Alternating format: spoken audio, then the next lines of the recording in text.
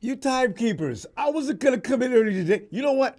I was more concerned about the fact that I was coming in today because I said, you know what? Let's make sure everybody gets to take their mom to dinner and that type of thing first before rolling up in here with its content. So there you go. Okay, there's reasoning behind my madness. Stop. Fam. 49ers best receiver room assembly since Lynch and Shanahan arrival in San Francisco, right? I conceived that idea and I said, I'm going to put this together. Let's go talk about this. And I get over to Twitter and there's Tony down under. Tony says, Ricky Pearsall. Oh, man. Is it? Tony's telling me Ricky Pearsall is getting jobbed. He's getting a beat down from every rookie cornerback in the camp. Hey, Tony, you know what I need to know? Did they work out today? Tony, I need to know your sources. I find it hard to believe. You know what's so funny? Because I don't know whether to be happy about that or sad. You know how we go through this each and every year? You know, you hear about these reports about the offense doing well. The defense. Happy Mother's Day, by the way. I'm sorry, Bob. The offense is doing well one day. The defense doing well the other day. And then you're sitting there thinking, you got mixed feelings, right? Because this is our team against each other. So if the offense did good all day, oh, man, the defense, man, they can't do nothing. And then the offense is struggling the next day. Damn, what we gonna do? So you never, gotta take these reports and just, I don't know. But fam, one thing is true. The 49ers receiver room has been a long, painful work in progress. All the way back from the beginning. Shanahan came in with nothing. He had no receiving room. He had to build one gradually, one step at a time. The brick-by-brick concept never applied more to anything than that receiver room. First season, the team produced a receiver over 1,000 yards was Brandon Aiyuk in 2021. 17, 18, 19, 20, 21. It's a lot of years. Lack of solid quarterback is a popular reasoning. Everybody blames every quarterback they've had, especially Jimmy, along with the 49ers emphasizing the run, and we run the ball, so we don't have no receivers. Both reasons are debatable. But the complaint of possessing a number one receiver is also legitimate. There were a lot of us who complained about we don't have a number one receiver. We never have. We might now. Ayuk's probably it, and he's legit. He needs to step up just a little further before you consider him an elite. But he is the number one receiver now. So San Francisco is finding plenty of talent at the receiver position as of this hour. The fact the competition in the receiver room is going to be fierce over the summer of 2024 is an understatement. There's a lot of guys out there with great talent. Now, who's gonna set somebody down? Who's gonna send somebody packing? These are questions I want to ask you about tonight. So go into the phones and chat up the now very potent 49ers receiver room that may finally have all the talent needed to pressure any NFL secondary. I mean, any one of them. Jerry is sneak. Boy. Anyway, Niners quality receivers famine is over, as I emphasize. They have plenty now. In addition to bringing back their top three receivers from 2023, Brandon Aiyuk, Debo Samuel, Juwan Jennings. Niners also bringing in Chris Conley and Danny Gray. Come on back. Danny, you can do it. Ronnie Bell, Trent Taylor, and others. Not enough?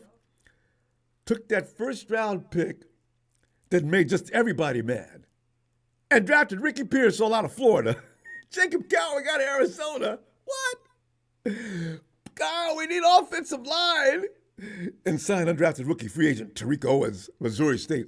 By the way, if you've been listening, the offensive line has been addressed. Pooney's doing a good job, and not only him, there's a couple other guys they're talking about that are not bad. We'll find out, though, won't we? And we will say something about it when we do.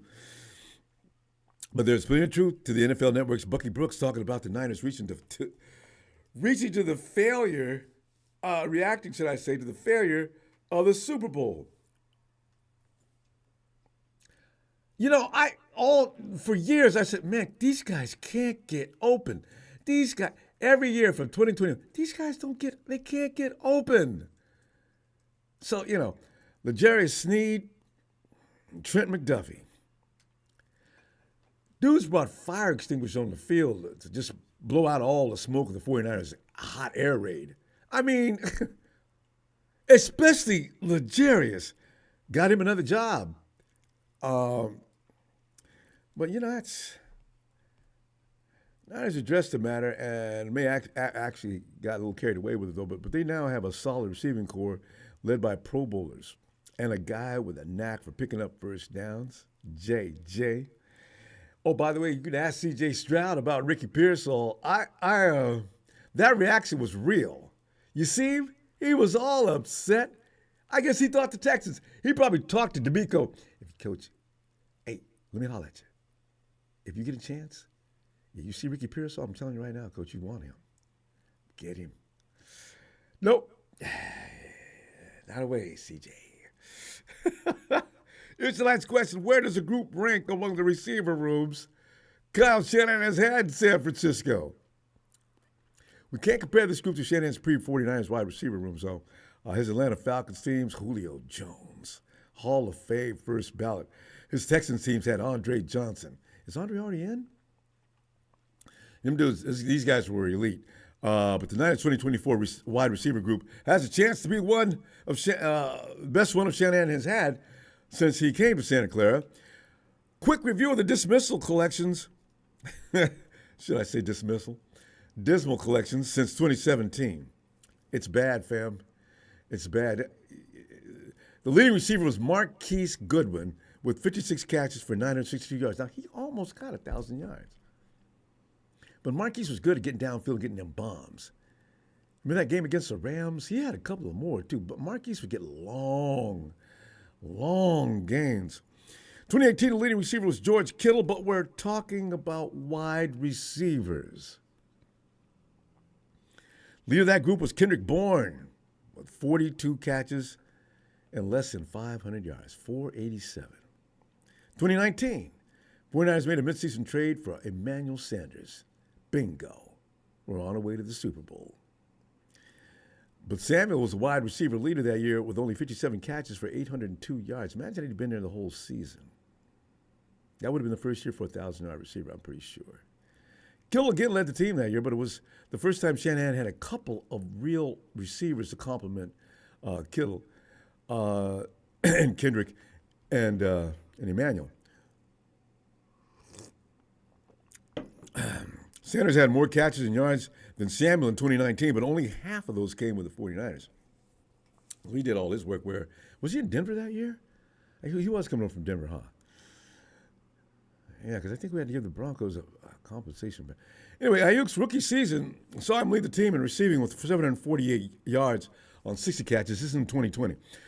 The second most productive wide receiver that season was Bourne, followed by Samuel, who missed several games as per usual. Then Debo had his best season with 77 catches and 1,405 yards. This is 2021. Aiyuk was second among wide receivers with 56 catches, 826 yards. Of course, you consider the fact that Debo was the number one option. Aiyuk had to ask Jimmy and Debo, could he get a pass or two during that year? Because Jimmy and Debo were just there. Was that for a while? That was Jimmy and Debo.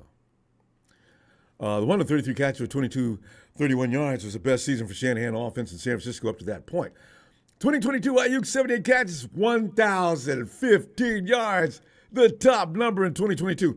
Last season, 2023, Aiyuk's best season, he had 75 catches, 1,342 yards. Yes. Add that to Samuel's 60 catches for 892 yards. And Debo, if you could just stay on the field all year, Debo, 892 yards? Jesus, that's close. Almost had a dual 1,000-yard receiving group. Anyway, his 60 catches for 892 yards, and you have the most productive season at 135 catches for 2,234 yards by a 49ers wide receiver team in Shanahan's tenure. The wide receivers behind Aiyuk and Samuel weren't very productive in 2023. For that reason alone, it seems possible that the 2024 wide receiver group could very easily end up being the deepest and the best that Shanahan has had as a head coach. And reasons being, Juwan Jennings should be a little more productive. Why? Juwan's last year, Juwan said, I'm going to get that bag, y'all. I hate to say goodbye, but I got to have that money. So look for Juwan Jennings to play out of his mind this year. And I'm hopefully they throw the ball to him enough that he's sitting out throwing on the sidelines, throwing a Debo fit. Because you know how receivers do. I don't think Juwan has that in him, though. So, only Jennings had a down season 2023, only 19 catches, 265 yards. He's scheduled to be an unrestricted free agent. I didn't really think he had that little of I guess since Aiyuk was on fire, it's really funny how Jennings didn't really have that big of a season. He will this year. He had a great Super Bowl, though. You got to believe he could build on that. Expect him to look more like he did probably in 2022 this year. A better Brock Purdy. Fam, he's not rehabbing this year. He's getting beefed up. He's getting strong. His mind is focused on nothing but becoming a better quarterback. Look out now. Is it even possible for Brock Purdy to improve this season? When you look at what he did last year and the numbers, I don't care what the NFL talking heads say. Well, Brock Purdy's not even a first-tier quarterback. Hey, take this. You know what? Here's the thing. What does Brock Purdy have to do to be a number one-tier quarterback? He went out there and beat everybody. His numbers were better than everybody's, but yet you still give him no respect. If he does, if Mrs. Purdy's baby boy improves, so will his receivers. You know that. Next, more experienced young players. Gray and Bell are a year older.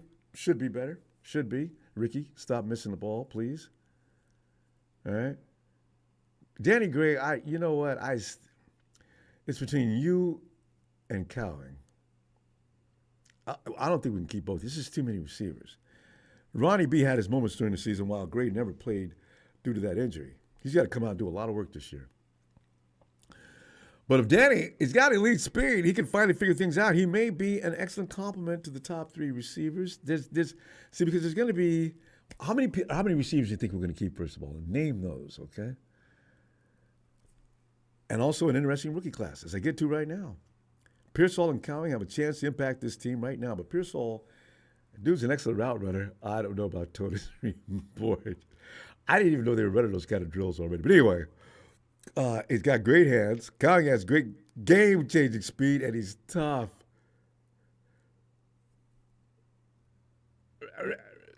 Boy, that word tough, what does that mean? Because I understand he got beat up, and he just sprung right up off the ground and got it done. So, and then there's T.O.'s baby boy, Tariq. Faces an uphill battle due to being an undrafted player, but he has a Hall of Fame pedigree. You can't just completely dismiss that. That could help him, especially when T.O.'s in his ear about what he's got to do. If anybody knows all the secrets of being a good football player and how to make the team, it's got to be his dad. Fam. Good showing from just a couple of those young wide receivers and a strong debut by the rookie class could have the entire NFL community talking about the Niners 2024 wide receiver room. Cowabunga!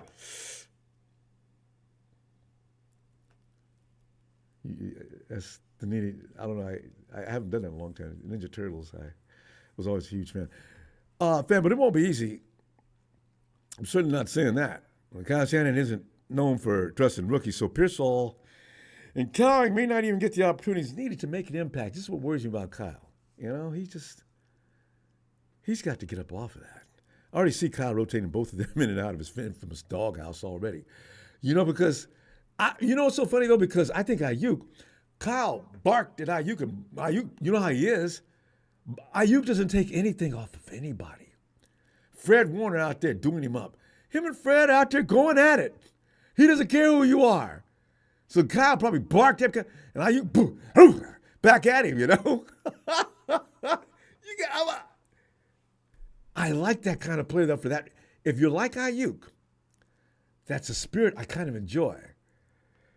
Still, I think they can be trusted and can make their presence felt. This season's wide receiver group could end up being Shanahan's best in San Francisco. Can I get a hell yeah? Somebody throw me a beer. Oh. Oh, no. You got to be kidding me. We got a 49er fake, Brian. Trolls, man, why don't y'all go out and panhandle somewhere, do something with your sorry butts? Man, they just don't stop. Fam, if they really get on your nerves enough, you can always block them. I'm watching them. I'm waiting for them to get out of line, and I'll put the hammer on that butt quick. Hey, yo, Maddie. Ronbo, just make me the sheriff, Ronbo. Just make me the sheriff. I'll clean up this one horse town. We did that a while back, and the guys that we appointed, they got rid of everybody in the chat. So Oh no, I wouldn't do that. It takes a lot for me. I'm a moderator on a couple other friends. Okay, well, you know what? YouTube channels, so it's entertaining to just see the difference between them. I will think about that because a lot of mods, they take it personally. They're not looking at policy; they just take it personally. So okay, we'll talk about that. But Matty, right now, let's talk about the wide receiver room. Matty, you got 6 guys. Man. How do they look compared to Shanahan's other groups? What are we talking about here? Dude, we're so blessed in the receiver room, man. I mean, look at all this talent, and none of it's really been truly tested yet. And so some of these people just have to get up to speed, man. College is a different level than the pros. Like, they might get run over for a little bit. Matty, your connection seems a little... We got Pro Bowlers, bro. Wait, hold on a second. Like it's 49ers or Detroit, man. Like, you go out there. Oh, yeah, Detroit. Here we go. Yeah. Matty, your connection's a little different than usual. Are you in the same place as usual? Detroit versus everybody. Okay, Detroit, we got it. Okay, go ahead, Matty. Yeah, we got Detroit. You hear me now, buddy? Oh, that's better. Much better. All right. Continue, Matty. Cool. But yeah, no, we got it good. We're sitting pretty, man. Like we're none of these guys have seen real game speed yet, so I don't know. I think we're in for a treat. I really do. Coverage. It's all about coverage. These guys got a beat man coverage, and like it was said, the 49ers went after those receivers. You know how they do each and every year. When we get beat by some particular detail of the game, the first thing Shanahan and Lynch do, sometimes they damn good judgment, but just go ahead and fix that issue. And I understand that because if there was nothing else with anything else, wrong with anything else, you don't bother with it. The offensive line is a question to all of us, but the receiver room, we cannot have Ladarius go out there and just stop us from winning the Super Bowl. That makes no sense. No. And McDuffie, who is he? You're absolutely right. Oh, man. Yeah, really? Like, come on, man. Buddy. Yeah, no. We're good. We're sitting. Yeah, we got this, man. And then I was looking at who we got for who we're playing at home. I was like, oh man, we got the Chiefs at home. We're gonna have to really show them something, dude. I bet you that one will be on like a prime time. We'll probably have that on like a Sunday night or a Monday night. Mid-season, I'm hoping. Yeah. Matty, that's going to be the litmus test of the season, too. You get beat up by the Chiefs that week, we can all go into a funk again because that's a bad sign because we'll have had whatever amount of time to get better and the Chiefs still own you? Oh, no. And they're going to own the AFC. Who's going to beat the Chiefs? It's just what they do. Yeah, it really is. So, man, if we can, catch them, like you said, mid-season, everybody's still healthy, man. There's no way that the Chiefs beat the fully healthy 49ers team. It just doesn't, the math doesn't math. No, it does not. They do not. Personnel from top to bottom, they don't keep up. They've got the quarterback position, they got the tight end position, and apparently they have the secondary position too, from what we've seen in the Super Bowl. Yeah. Is that going to work? Yeah. You know what kills me, Matty? To see Nick Wright. I want to see that smirk off his face every time he talks about the Chiefs like he does. I'll bet if we would have won a Super Bowl, Nick stupid Wright wouldn't even showed up for work that next day. God, I hate that guy. No, he would. Isn't that the truth? Ooh. Yeah, he wouldn't have been anywhere to be seen. And then then like if he did show up, like what kind of excuses is he going to come up with? He's going to dig something up. He would have waited for a few days. He would have, yeah, he would have. So God, it's like Big Show says. Yeah. Chiefs had a half a team of nobodies, and they still beat an all-star team. It's embarrassing, Yeah. Matty. So I ain't mad at the 49ers for going after Ricky Pearsall anymore. I'm not. No, I'm going to give him the support and just hope for the best, because I feel like he's going to get out there with Brock and get some chemistry going, man. And like, who are you going to when they line up before they snap the ball, like, who are you going to defend? You gonna defend Kittle? Like, who Jawan Jennings might be out there, and then you gotta account for McCaffrey. You might have Pearsall, you might have Debo, you might have Aiyuk. Like, who are you gonna take? Mm-hmm. Like, somebody's gonna come open. Mm-hmm. And Matty, you point out another dynamic too, because now I got all those other three guys, right? They're known for doing what they do. Pearsall is going to have the guy on whoever's defense. He's going to be the guy that doesn't get the biggest assignment. Pearsall's going to be his job.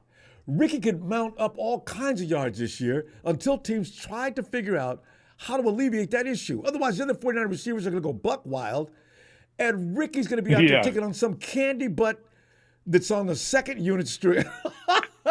This is the plan. Oh, yeah. This is the plan. I love it. I love it, my friend. I love it. I'm feeling invigorated. Yep, we got this, buddy. We got this. That's how Nakua got famous last year, The teams put all the defensive resources on Cooper Kupp. And then there's Nakua running open all the time against number 2 or number 3 defender. I tell you, Kyle, you piss me off a lot, but this makes sense. Yeah. Don't let anybody tell you it's not. I mean, I don't know. We didn't get worse as a team, I don't feel. So no. Just the offensive linemen we picked up are probably already better. We'll see what happens on the right side. Matty, have you given up completely on McKivitz? Not all the way, man. After this season, if it's, I don't know, maybe one more season. Yeah. Give him he's had a lot of training. Okay, we'll see. Yeah. We'll see. Give him one more shot. Yeah, because he might fool a lot of people this year. As offensive lines take a while to actually build that continuity they need, and we had a lot of shifting of positions last year. This always hurts a team chemistry, especially offensive linemen. They're like a basketball team. If you got guys out, you're just not going to be the same team. We'll see. You got to get those guys to go out there and just turn a switch, man.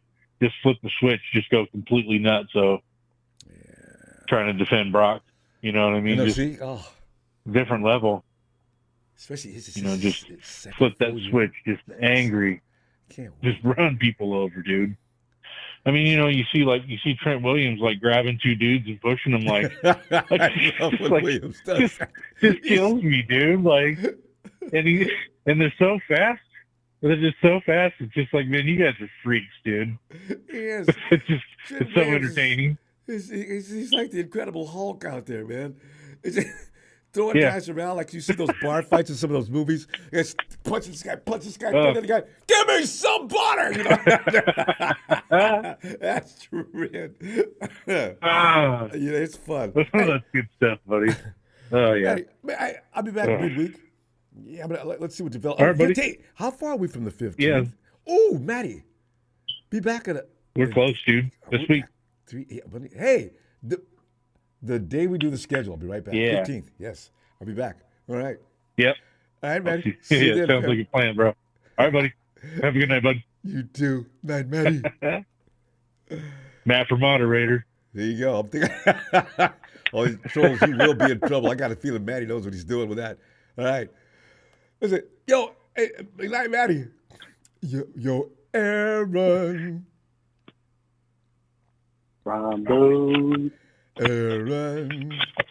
Aaron, you got a band of thieves, not mercenaries, but you've got a special unit now I mean, I could send it to any part of the world. COVID operation, they will get it done. You got some receivers now from top to bottom. The guys that get cut are going to be some good ball players. Are you feeling this receiver room?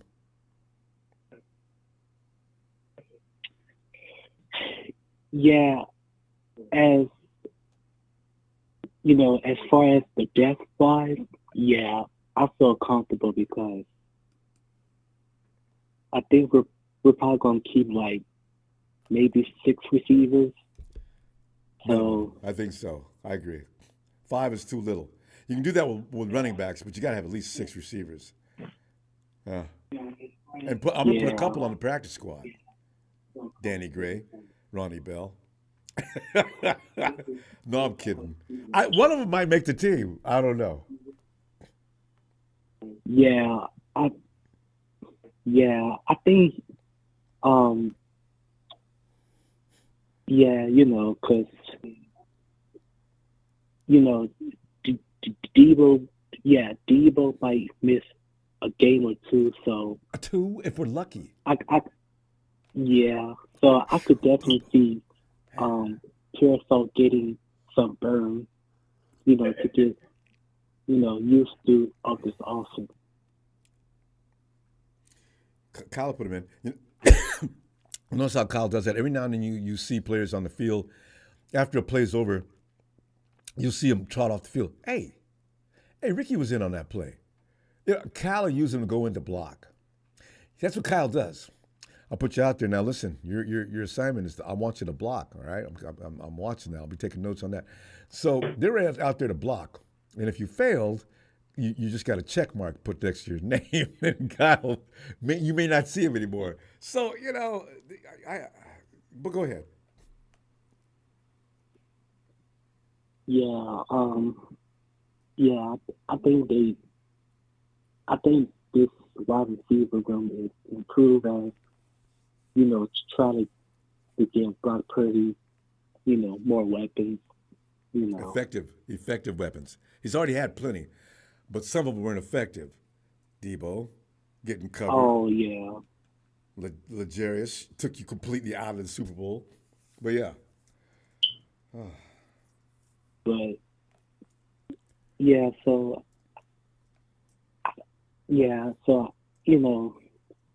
so hopefully they'll go all in and possibly get Lombardi number 6 this year. It's bad luck. Don't say it. Well, I don't know, but I just want that Super Bowl, Ronbo. That's all we want. We keep going in there every time and coming out naked, and the Chiefs over there having another damn parade. Both times on us. Jesus. Man.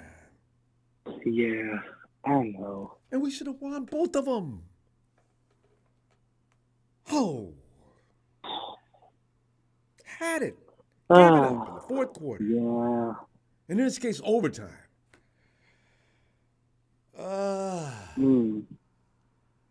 Give me your 6. Yeah, give me your 6 guys. What wide receivers are you thinking about keeping right now? Without seeing him work out or anything, who do you think is going to make the team?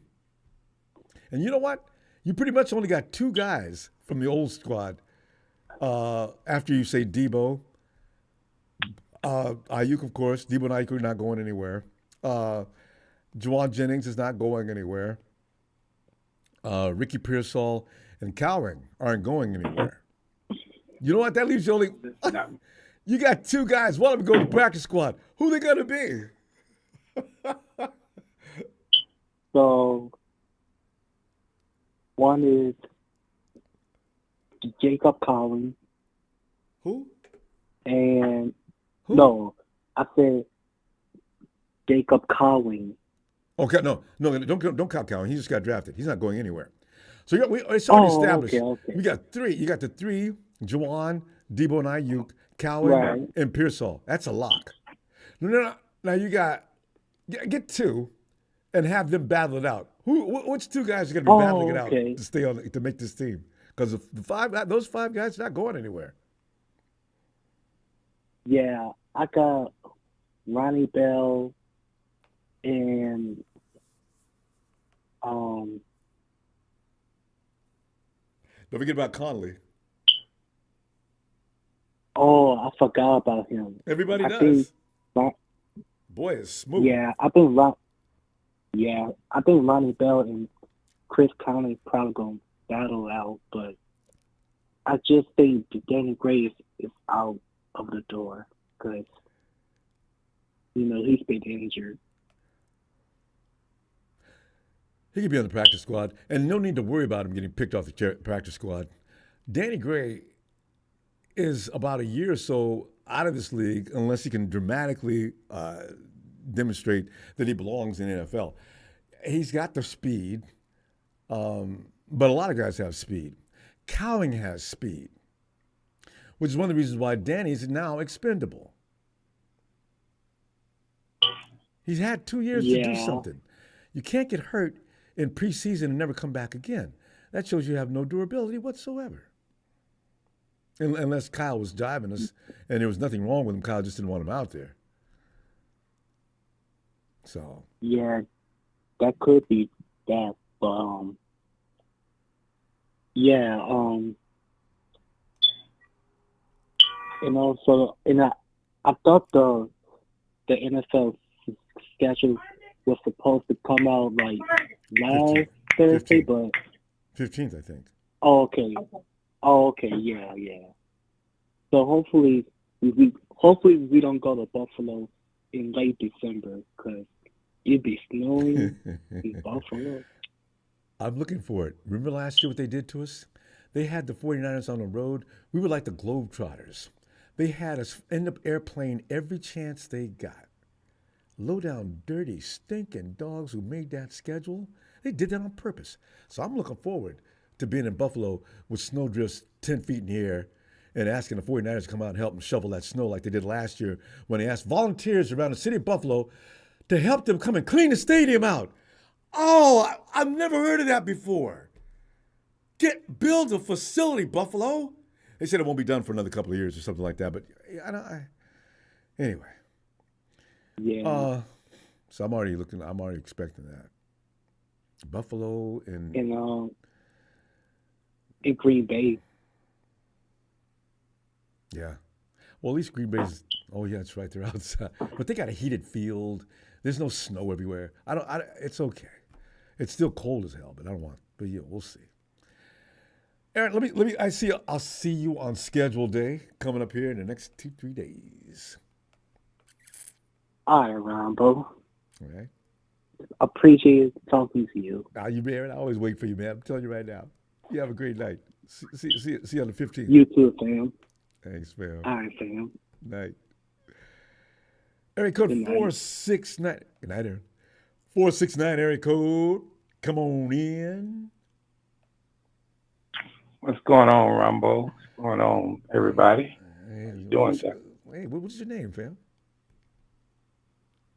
It's Martin, man. Martin Tatum. Martin. Hey, Martin. Hey, Martin. Marvin. Marvin. I'm sorry. Marvin Tatum. Got put a V in there, Ron. No problem.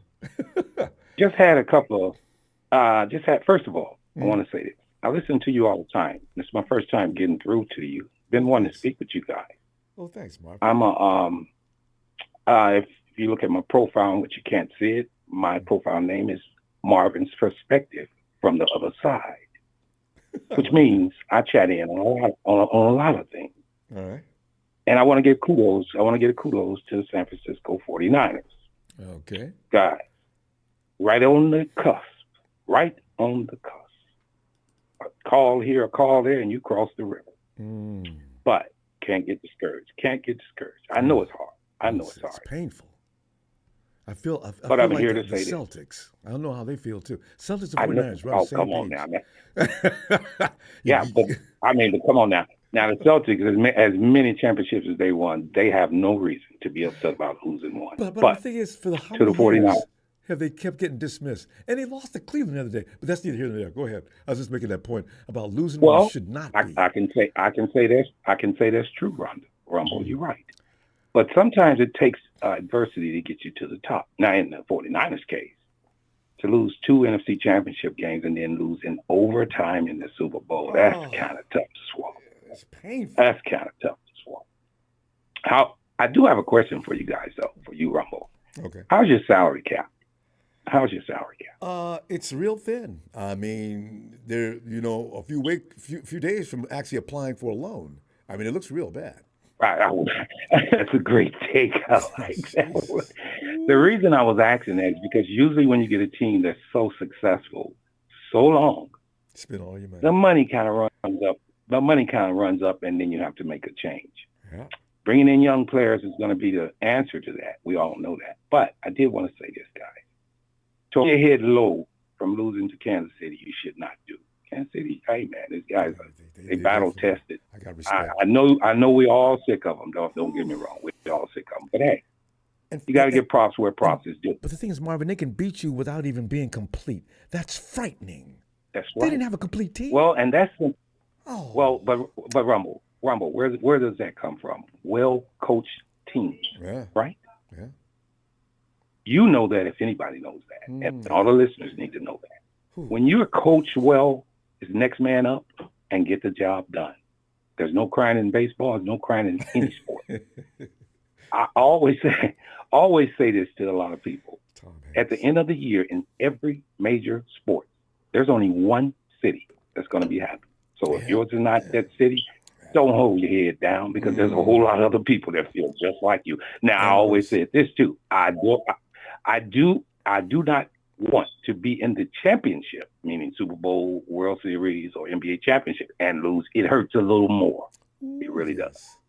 But as far as the 49ers, I ain't going to hold you long. I'm just going to say this, guys.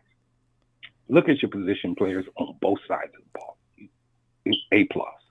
Guys are great. Now, I'm not going to even tell you who my team is, but I'm going to say I'm from Chicago. And I'm not going to mention them. This is not what this is about. Rumble, I'm going to be calling you. I've been trying to get through. I'll be in the chat sometime. But I'm going to be calling you and just getting with you guys pretty often because there are fans out there just as passionate as you 49er fans, if you didn't know. And I mean that. I know you know that, Rumble, because you get plenty calls, Rumble. Yeah, Detroit comes in every chance. And that's the reason my screen name is Marvin's Perspective from the other side.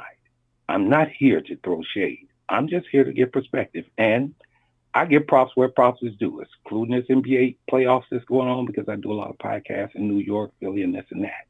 But I'm here to just to clear the heads of the guys, fans of the 49ers. Come on, guys. Don't hold your head down. Now, I know, and it doesn't hurt as worse now. Time heals a whole lot of things. I do have this final question for you, Rumble. Are we going to see the 49ers in the Super Bowl again this year? I refuse to answer that question for the rounds it may incriminate.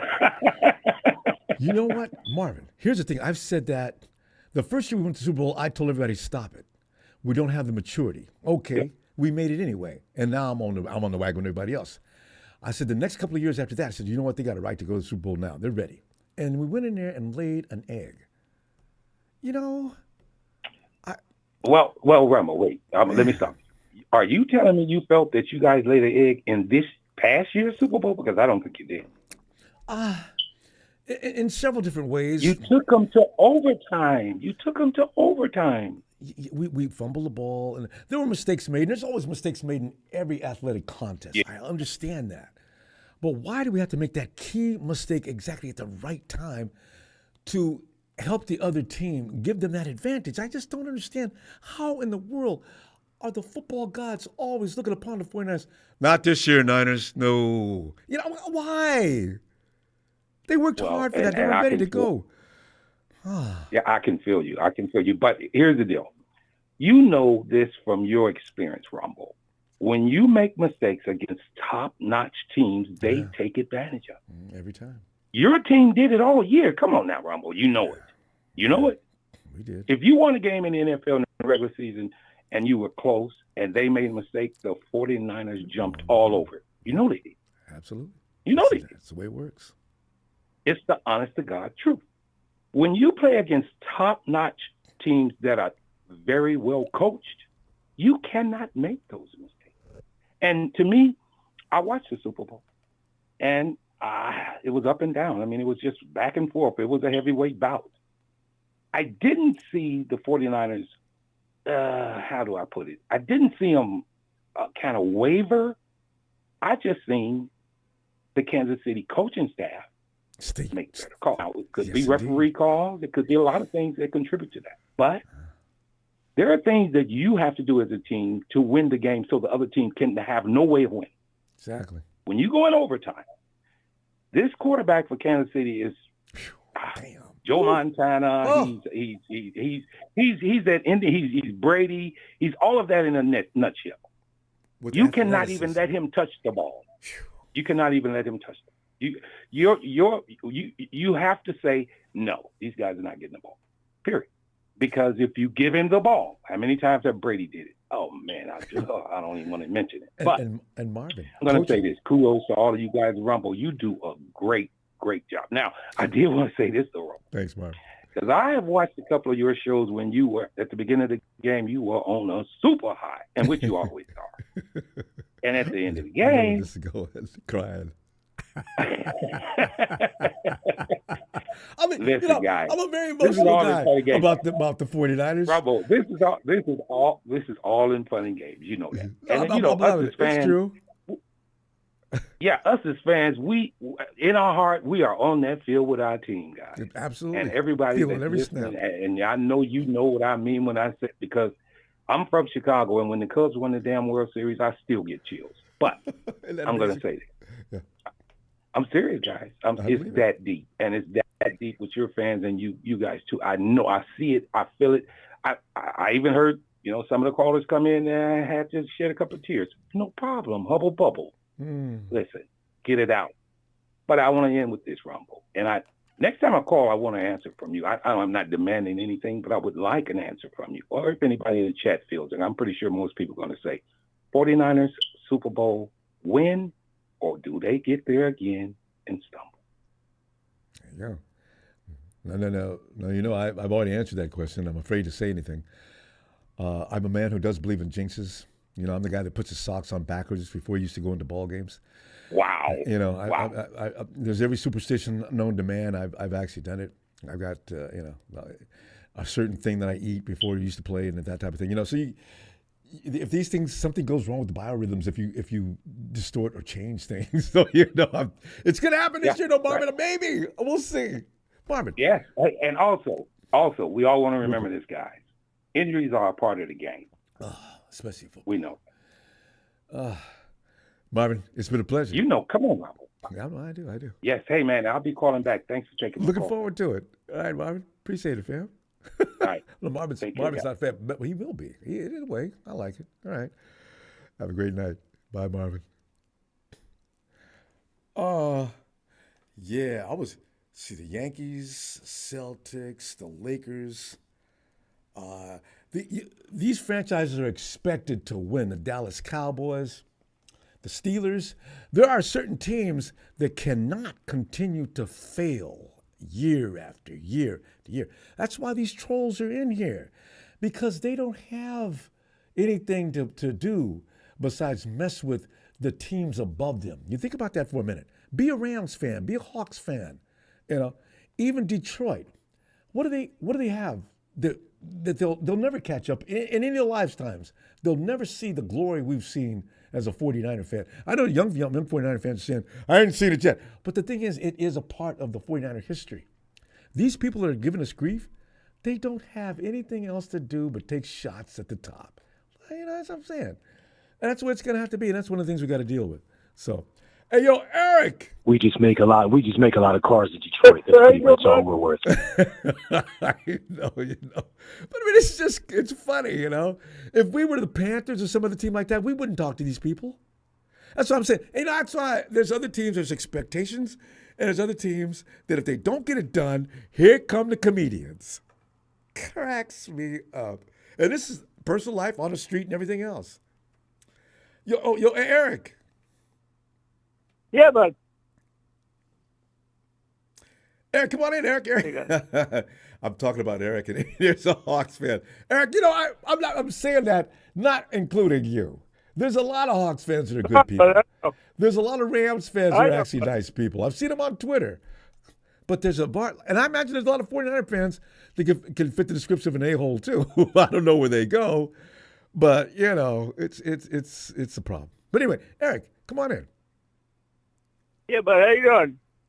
Doing great, doing great. You know, it's preseason, nothing to get mad about yet. That starts in another couple of months. Preseason game, I'm cool. Now we got a while. It's going to be a great summer. How about you? Yes, it is. Yeah, so is Cody, is he still looking good? Not a lot of report on him. He didn't get anything bad said about him. In fact, he had some good things said about him, as I told you the other day. I've not heard any report today. I don't think they worked out today. Yeah, they may have took Mom's Day off, I guess. Yeah. But yeah, he's looking good. There's a few surprises in camp. We picked up a few gyms, undrafted free agents, apparently. It looks early on, you looked at, you know. So, but Cody Schrader, we'll keep an eye on him just for you, Eric. Yeah. Yeah, I think if he does not make the 53, I'm pretty sure that he's going to make the practice squad. Yeah. 49ers, they'll always keep a player that's got a lot of heart and plays a lot of viciousness. And from what people say about Schrader, he's got it. So I didn't. I always wonder how guys like that get passed in the draft. I guess because of his position. Running backs are easy to find now in the NFL, right? Because nobody wants to pay him because even if he's really good, he's going to get hurt because of the position he plays, and his job in general is just high risk. So, you know, it's like an iron worker working on high-rise buildings. He can't buy insurance. Yeah, I think he's a bit small, but he definitely has the heart. He's a big guy, too. I saw his photo of him. So if he's going to be run, I hope we'll see. Because I got a feeling we got a couple of running backs we had last year that might not be back. I'm not sure yet. Yeah, that would be huge. If they don't come back, that's good news for him at least. Yeah.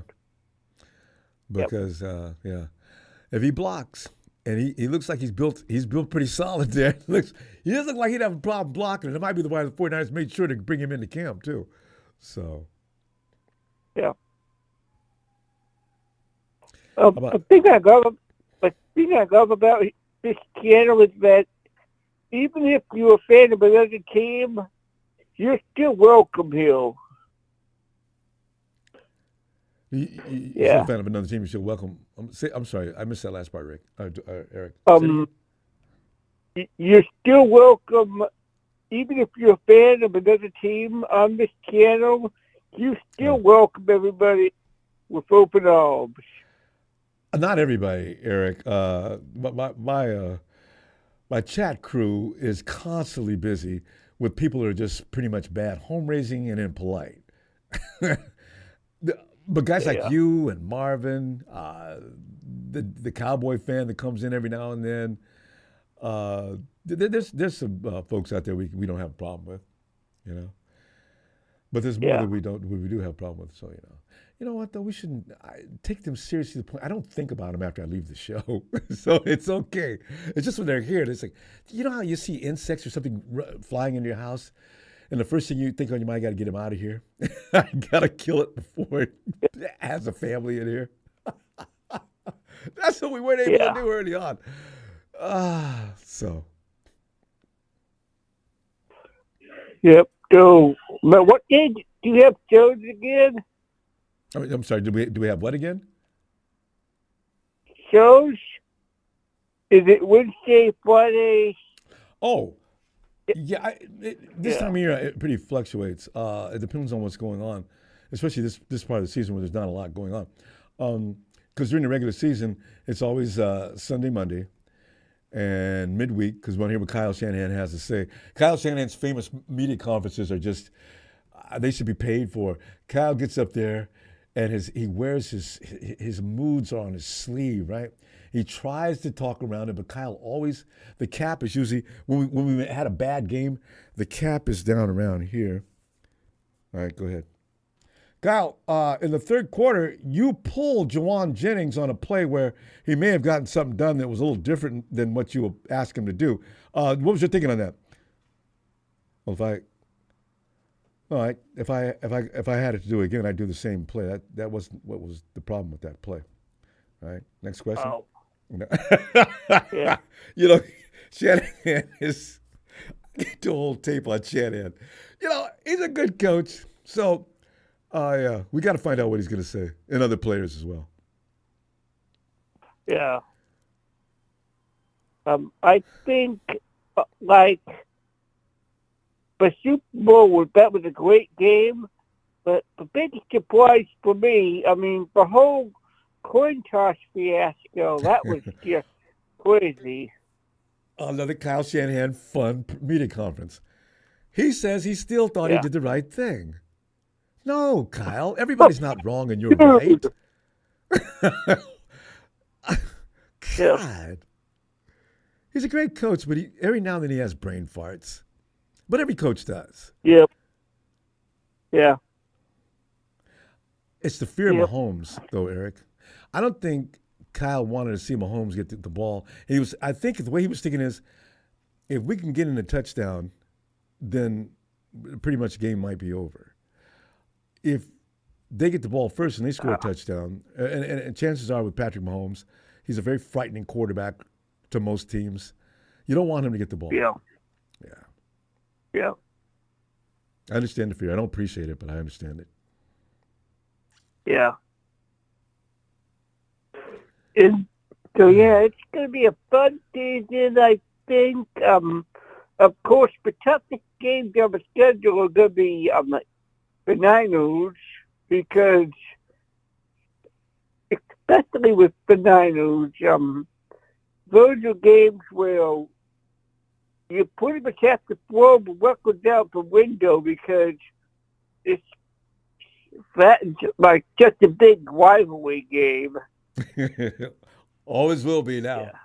Hey, Eric, and also the Chiefs. If we're playing the Chiefs, that means you guys have to play the Chiefs. So we're dealing with that conference, I think. Yeah. Anyway. Unless that is only because they won the division. Yeah. Do we go against the AFC? We go against that conference, I think. I'm gonna look again. I'm not sure about that. Anyway, Eric, we do need to stop. I'll be back on schedule day on the 15th. All right, looking for you then. Bye, bud. All right, appreciate you, Eric. Have a great night. Thank you, buddy. You too, buddy. Thanks, Eric. 49 Brian says it's smelling like an air attack this year. Secondaries beware. Serving losses all year long. You know, that's why they went and got. Kyle's got a plan. I can't wait to see how it unveils. We'll see. Hey, Brian. The 49ers red and gold. Rocking the Niners till I'm dead and cold. Praising them Niners all the way from the Mid-South, because the law still says know your role and shut your mouth. What it is, Ronbo. You know, I'm finding every time I look now, I'm looking at things to get excited about, right? Because, you know, Brian, we still gotta administer first aid and second aid to what happened in the Super Bowl. Brian? Yeah. Oh, there you are. There's somebody else's voice in the background. Yeah, we still got to administer, you know, we're trying to rehab from what happened in the Super Bowl. So anything I look as a positive, and I like what I'm seeing in the receiver room. You know how they do. The 49ers will do things. Initially, we'll look at it and say, the hell was that? And then a few minutes later, okay, now I get it. All right. So, anyway, Brian, anything else you want to get into? Also, tell me who the two receivers are. This is my question, because I already got the five. I already know who's going to make the team right off. I want to know who are the extra two guys going to battle out for that sixth spot, and who's going to the practice squad. All right.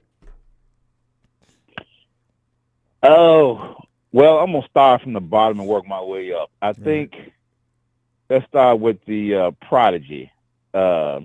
Tariq Owens.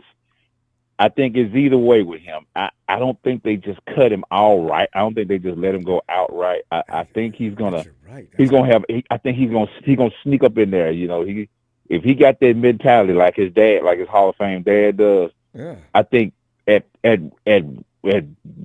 worst he winds up on the practice squad. At worst, exactly. I agree. I do. At worst. Could. You can't cut T.O.'s son. You really can't cut completely. You just can't. Yeah. It's like if you got a company and your friend's sends his kid over, and you say, "Hey, can you give a kid a job? What can he do?" Well, I mean, you can train him. Seriously? Yeah. Yeah. Okay, send him over. You know, and you're gonna work with him as long as you can because it's your friend. And that's an interesting point. Tariq Owens, what are we gonna do with him? All right, let's see what he does. Yeah, I think, and then I'm gonna skip to the top. I think the kid from Arizona. And one thing I know, I think I don't think if it, yeah, I think as a whole, from the skill guys set that drafted, I noticed unlike the other drafts in the past, they drafted 49ers went the speed route. They drafted a couple of speedsters. You know, I think a handful. You know, these guys are speedsters. They can run routes. You know, you got the kid from Arizona. Even the running back. You know, the running back. He's got a good combination of size and speed. And I guess even their first round draft pick, he's I throw him in the speed bracket also. So it looked like the Niners are kind of going, you know, going to the speed route with they're going to those, little athleticism with their offensive skill guys. What I was finna ask, Ronbo, I was finna ask you a question. What was I finna ask you? On the draft pick, Green, the defensive back out of Florida State. What's going on with him? What's going on with him? Have you heard anything on him? No, he's getting all kind of Green. What's his first name? No, he's getting all kind of love. Renato. I think Renato Green. Renato's getting all kind of love. They say his press coverage is very good. We're going to see at the NFL level. Yeah. But that's why they got him. We're trying to break the press of the receivers. Practice is going to be insane. I got Renato going out against Cowling and Ricky. Not to even mention Aiyuk. So, he's going to get training on a daily basis. Meanwhile, our guys have got a guy like Renato, Javarius, and Demo constantly working them. The iron sharpens iron thing is going to be in full effect in this offseason. Right. I tell you what though, Ronbo. Well, I tell you what though, Ronbo. I was looking at our potential schedule. I was looking at our potential schedule and stuff. With the opponents. I'm gonna tell you something. Our home schedule, I think it's gonna be pretty good. Detroit and I say maybe Detroit and Kansas City. They might make us sweat a little bit, but everybody else we should handle. Maybe Seattle might be concerned, but everybody else I think we should dominate if we're on our game. We should be out. We should go out and dominate. Cowboys no factor. Cowboys no factor. I look for an implosion. No factor at all. I look for an implosion. When the Bears come to town, it's going to be a brutal crucifixion to their number one pick. But it's going to be a good game anyway because they got a receiving core there. Ooh. And that defense, they beefed it up. They could look like the monsters of the Midway again this year. I don't know. From when I was reading about them because I got curious about them. That defensive line is going to be vicious. And now you got you're right about Caleb though. Tony Wright says Caleb is a cupcake. Okay, we'll see. Yeah.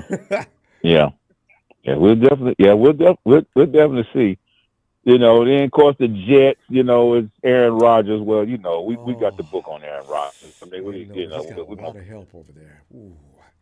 Yeah. And he's got Robert Saleh, Yeah. who knows how we like to tendencies and things we like to He do. knows us. Yeah. Right. That could be the X factor. I'm gonna be real nervous in that game. Yeah.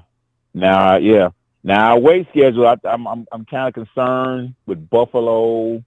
We got Buffalo on the road. The Dolphins. Well, the Dolphins, I think we can get back. But Maybe. you got. Well, of course, you got maybe. Yeah, I think we can get back with the Dolphins. But I of think course, we can you get got to back look at Buffalo. who Easier than the Dolphins. the head guy. Yeah.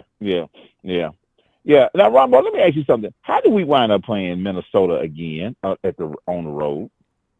Didn't we lose to them last year? How did they wind up putting Minnesota back on the schedule this year and got us going to them again? Yeah, this happens every year with at least one team. This happened to the Cowboys, with us and Cowboys a couple of times. Minnesota. What other team? There's been two or three teams that we just played them last year, and it's not a game where conference versus conference. What is this? So this is the schedule makers clowning. Yeah, they're straight up. Yeah, they are straight up clowning. They are definitely straight up clowning. Wait a minute. Yeah. And who's a quarterback over in Minnesota? Isn't that Bradford? Wait. Well, it was Cousins, but Cousins is gone. So I know they drafted the kid out of, I think, didn't the Minnesota drafted the kid out of Michigan? Yeah. Where'd Sam Bradford go? Yeah. No, you're right. They did draft that kid out of Michigan. Minnesota drafted the kid out of Michigan, McCarney, whatever his name is. Yeah, he didn't. You know what? Would you draft that quarterback? Would I draft him? Mm-hmm. No, probably not. Because that wasn't what they were doing in Michigan. He was he was just out there. He wasn't a huge factor. He was more like a service quarterback, I mean, because he had the running game going, and the defense was decent. Defense wasn't going to let them lose games. So if they just go out there and execute and keep the ball, keep away with the running game, whatever, he had a nice running back behind him. Yeah. Which who the Rams picked up, or should I say the Lambs? So the Lambs, they picked them up. So that's a headache. That's a headache we got to dish out. Yeah, it's JJ and Sam Darnold. So Darnold's probably gonna keep JJ on the bench for at least a few minutes. So we'll see. Brian, look at this. We're out of time. Brian, I'm gonna see you on schedule day, and we can get real mad, like we always do. And it's not gonna help any, but they're gonna do us. When is schedule day? 15th. It's the 5th. Okay. All right, Ronbo. Shout out to you. Shout out to the faithful. Shout out to production. And guess what?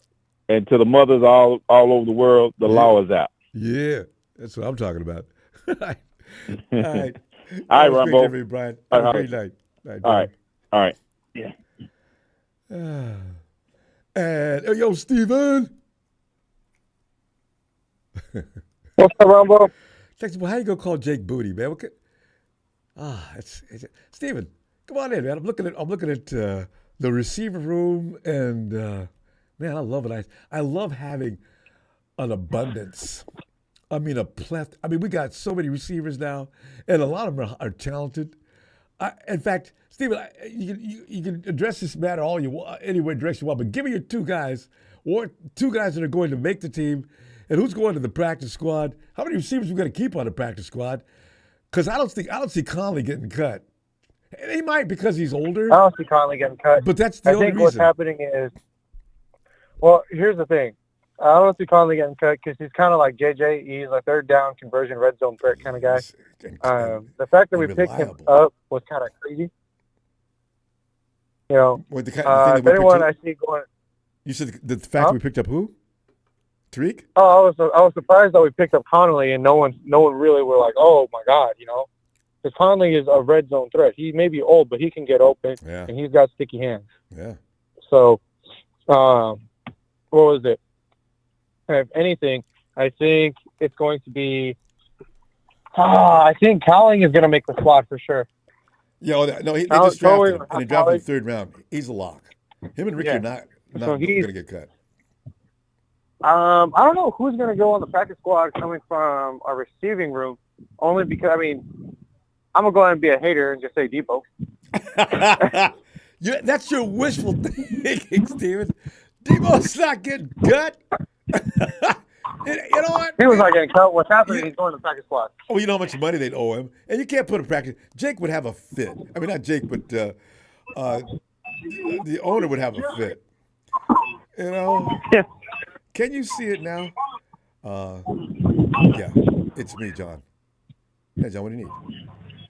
Listen, we're gonna put Debo on the practice squad. I just want to run that by you first. What? No, how much am I paying you? It's not happening, Steven. They got to trade him by June 1st, so that way they don't get hit with that, that $30 million. They still be a hit. All in all, Rumble, believe it or not, they got Ricky Pearsall doing punt returns.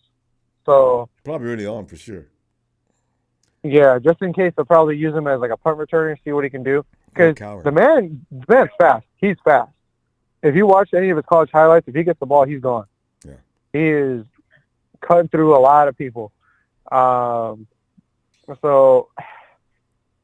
I mean, obviously, Embry Thomas, he's either going to the practice squad or he's getting cut. Because I don't see Ronaldo Green, I don't see Demo, I don't see Travis Boyd, I don't see anybody not named Embry Thomas not going to the practice squad. Yeah, he's still in his rookie contract too, so yeah, he can go. He's eligible.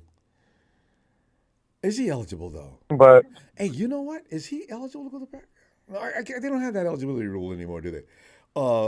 After a veteran's been on the regular roster for a while, you can't put. That's why Debo's not eligible to go to the practice squad either. He just gets cut out, right? Like I said, I'm just gonna be a hater and just say, hey, he goes on the practice squad and we trade his ass. Save us some money so that we can pay Aiyuk and Brock, or you franchise tag Brock, see where that gets us. Wait. You can't. How are you gonna franchise? He hasn't got past his rookie contract. You can't give him his rookie contract again. Well, what if he does get past that rookie contract? He can. Which is what? After we right before we pay him? But you know what you're talking about here? What would a quarterback being franchise tag? Brock may welcome that. That's got to be what? At least 45 minimum. Oh, it's tough, Romo. It's tough. We got a problem. Many teams wish they didn't have and have at the same time. Yeah. We got great talent, but we can't pay all the talent. It's a shitty feeling. However, it's like Martin said. Once you get this good, you use you out of money. Yeah, and I wish they never, had a cap space rule. You know what I mean? I wish it was like back then when the Niners were really good because they had the money to just throw at people. Like, oh, you want this? Okay, here's the money. You want this? Okay, here's the money. You want this? Here's the money. Well, they got the same teams dominating every year. I mean, small market teams usually cannot afford that kind of roster, right? So they try to make – and the leagues always wanted parity. Every league in professional sports is trying to get a parity. They make more money that way, If the Panthers was a small market team, if they can up – look at the Chiefs. Jaguars? Classic, Jags, Chiefs. That's actually small market. Texans? And look at the domination. See, so we make everything equal. Sorry, Rumbo. Sorry to cut you off. I also want to say, Sorry. If you notice, there's a lot more Texans fans. It's because of a lot of the Cowboys fans got tired of sucking and wanted to become a Texan. Texas boy, he'll probably migrate over there soon. Change his logo. Oh, he will. He will. I'm a Texan fan because I love the Texans. Yeah. But okay. You remind me of that they run that Cowboy fan. You sure you're not him? I never did like the Cowboys. So, okay. All right. All I know, Ronbo, is that we got a problem a lot of teams wish they had and a lot of teams wish they didn't have. I know. We got decent rookies. Our draft class was pretty decent.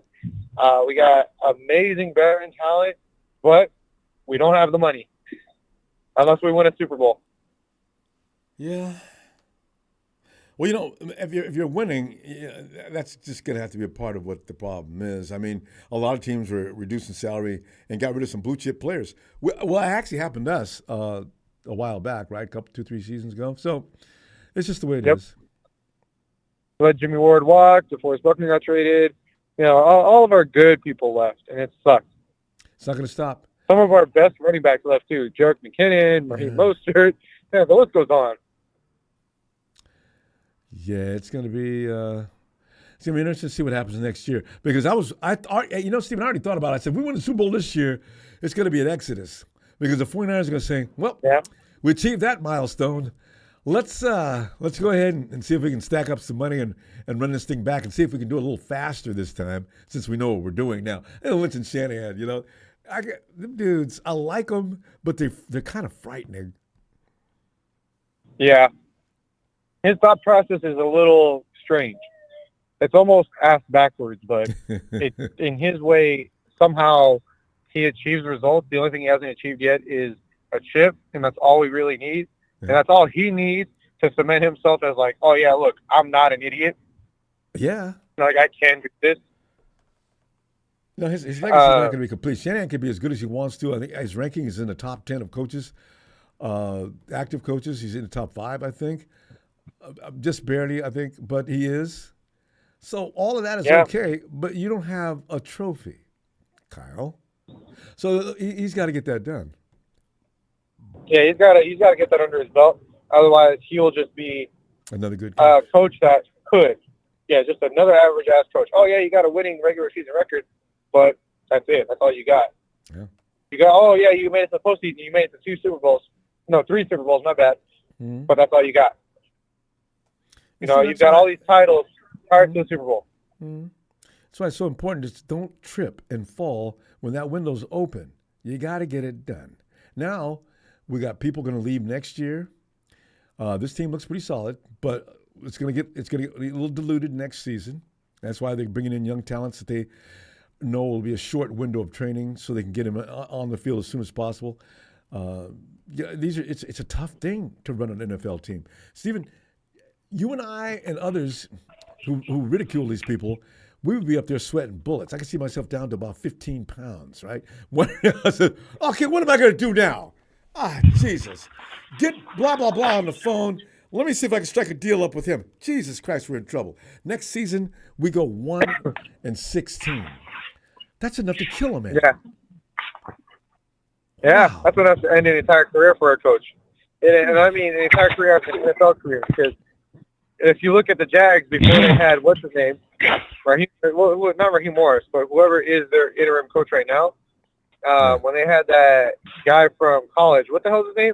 We forgot it, but he was the one guy everyone thought he was the greatest to ever come out of college. Oh, and he was out there going to places where girls are sitting on his lap. Yeah, what is this? Yep. We got. See, that's why I say go get a college coach. I don't know about all that. Those guys. Oh, I've never seen her come in. We walked inside. Steven, we gotta go though. I'll be back on schedule so we can complain. All right. Urban Meyer. Urban, yes. Urban Meyer, thank you. Urban Meyer. Yeah, that's the big thing. Sleazy boy went out there calling players' names. All right. Anyway, Steven. Bro, you have a good night. And tell the lady of the house Happy Mother's Day and Rome. And a little lady, too. All right, fam. See you 15. All right, Ronbo. You have a good night. You too. Ellis. Yeah, William Robinson. Packers will be scary this year. They're all pumped up. Now their confidence is up. They get that big receiver they got from Dakota. He'll probably be back this year. It's gonna be rough out there this year for him. Ellis. Come on in. We're in here. Yeah, and then they just took Spencer Waggy from us after we coached him up. He got a nice good year working on our team, and then the Packers went and scooped him up. I saw that. I tell you what, for Kyle for Kyle and whatever Matt LaFleur to have such a history with each other, he seems to be very, very competitive with Kyle. Very ego. We had one time he gave a serious beatdown. That's why they clash, because they got big time fucking egos. That's probably why they're always so intense when they play against each other. It's not really that bad when it's against. Actually, it's like that against all of them. I think Mike McDaniel is probably the only one that doesn't seem as though it kind of like has an effect on their relationship. Like they can still, be cool. But like the Sean McVay and the Mike LaFleur tension is real. They stay up all night coming up with a plan. You can see it too. Remember Sean went out there, the game was over. Sean McVay brought his field goal kicker in to make it seem like it was closer than the score indicated. I said, Sean, boy, you a sorry little petty. I call him every name. God. So yeah, you're right. Those guys do not take losing to Kyle lightly. Ellis? Did we lose Ellis? So yeah, there you are. Yeah, no, I'm here. So but yeah, man, I mean, I hope that.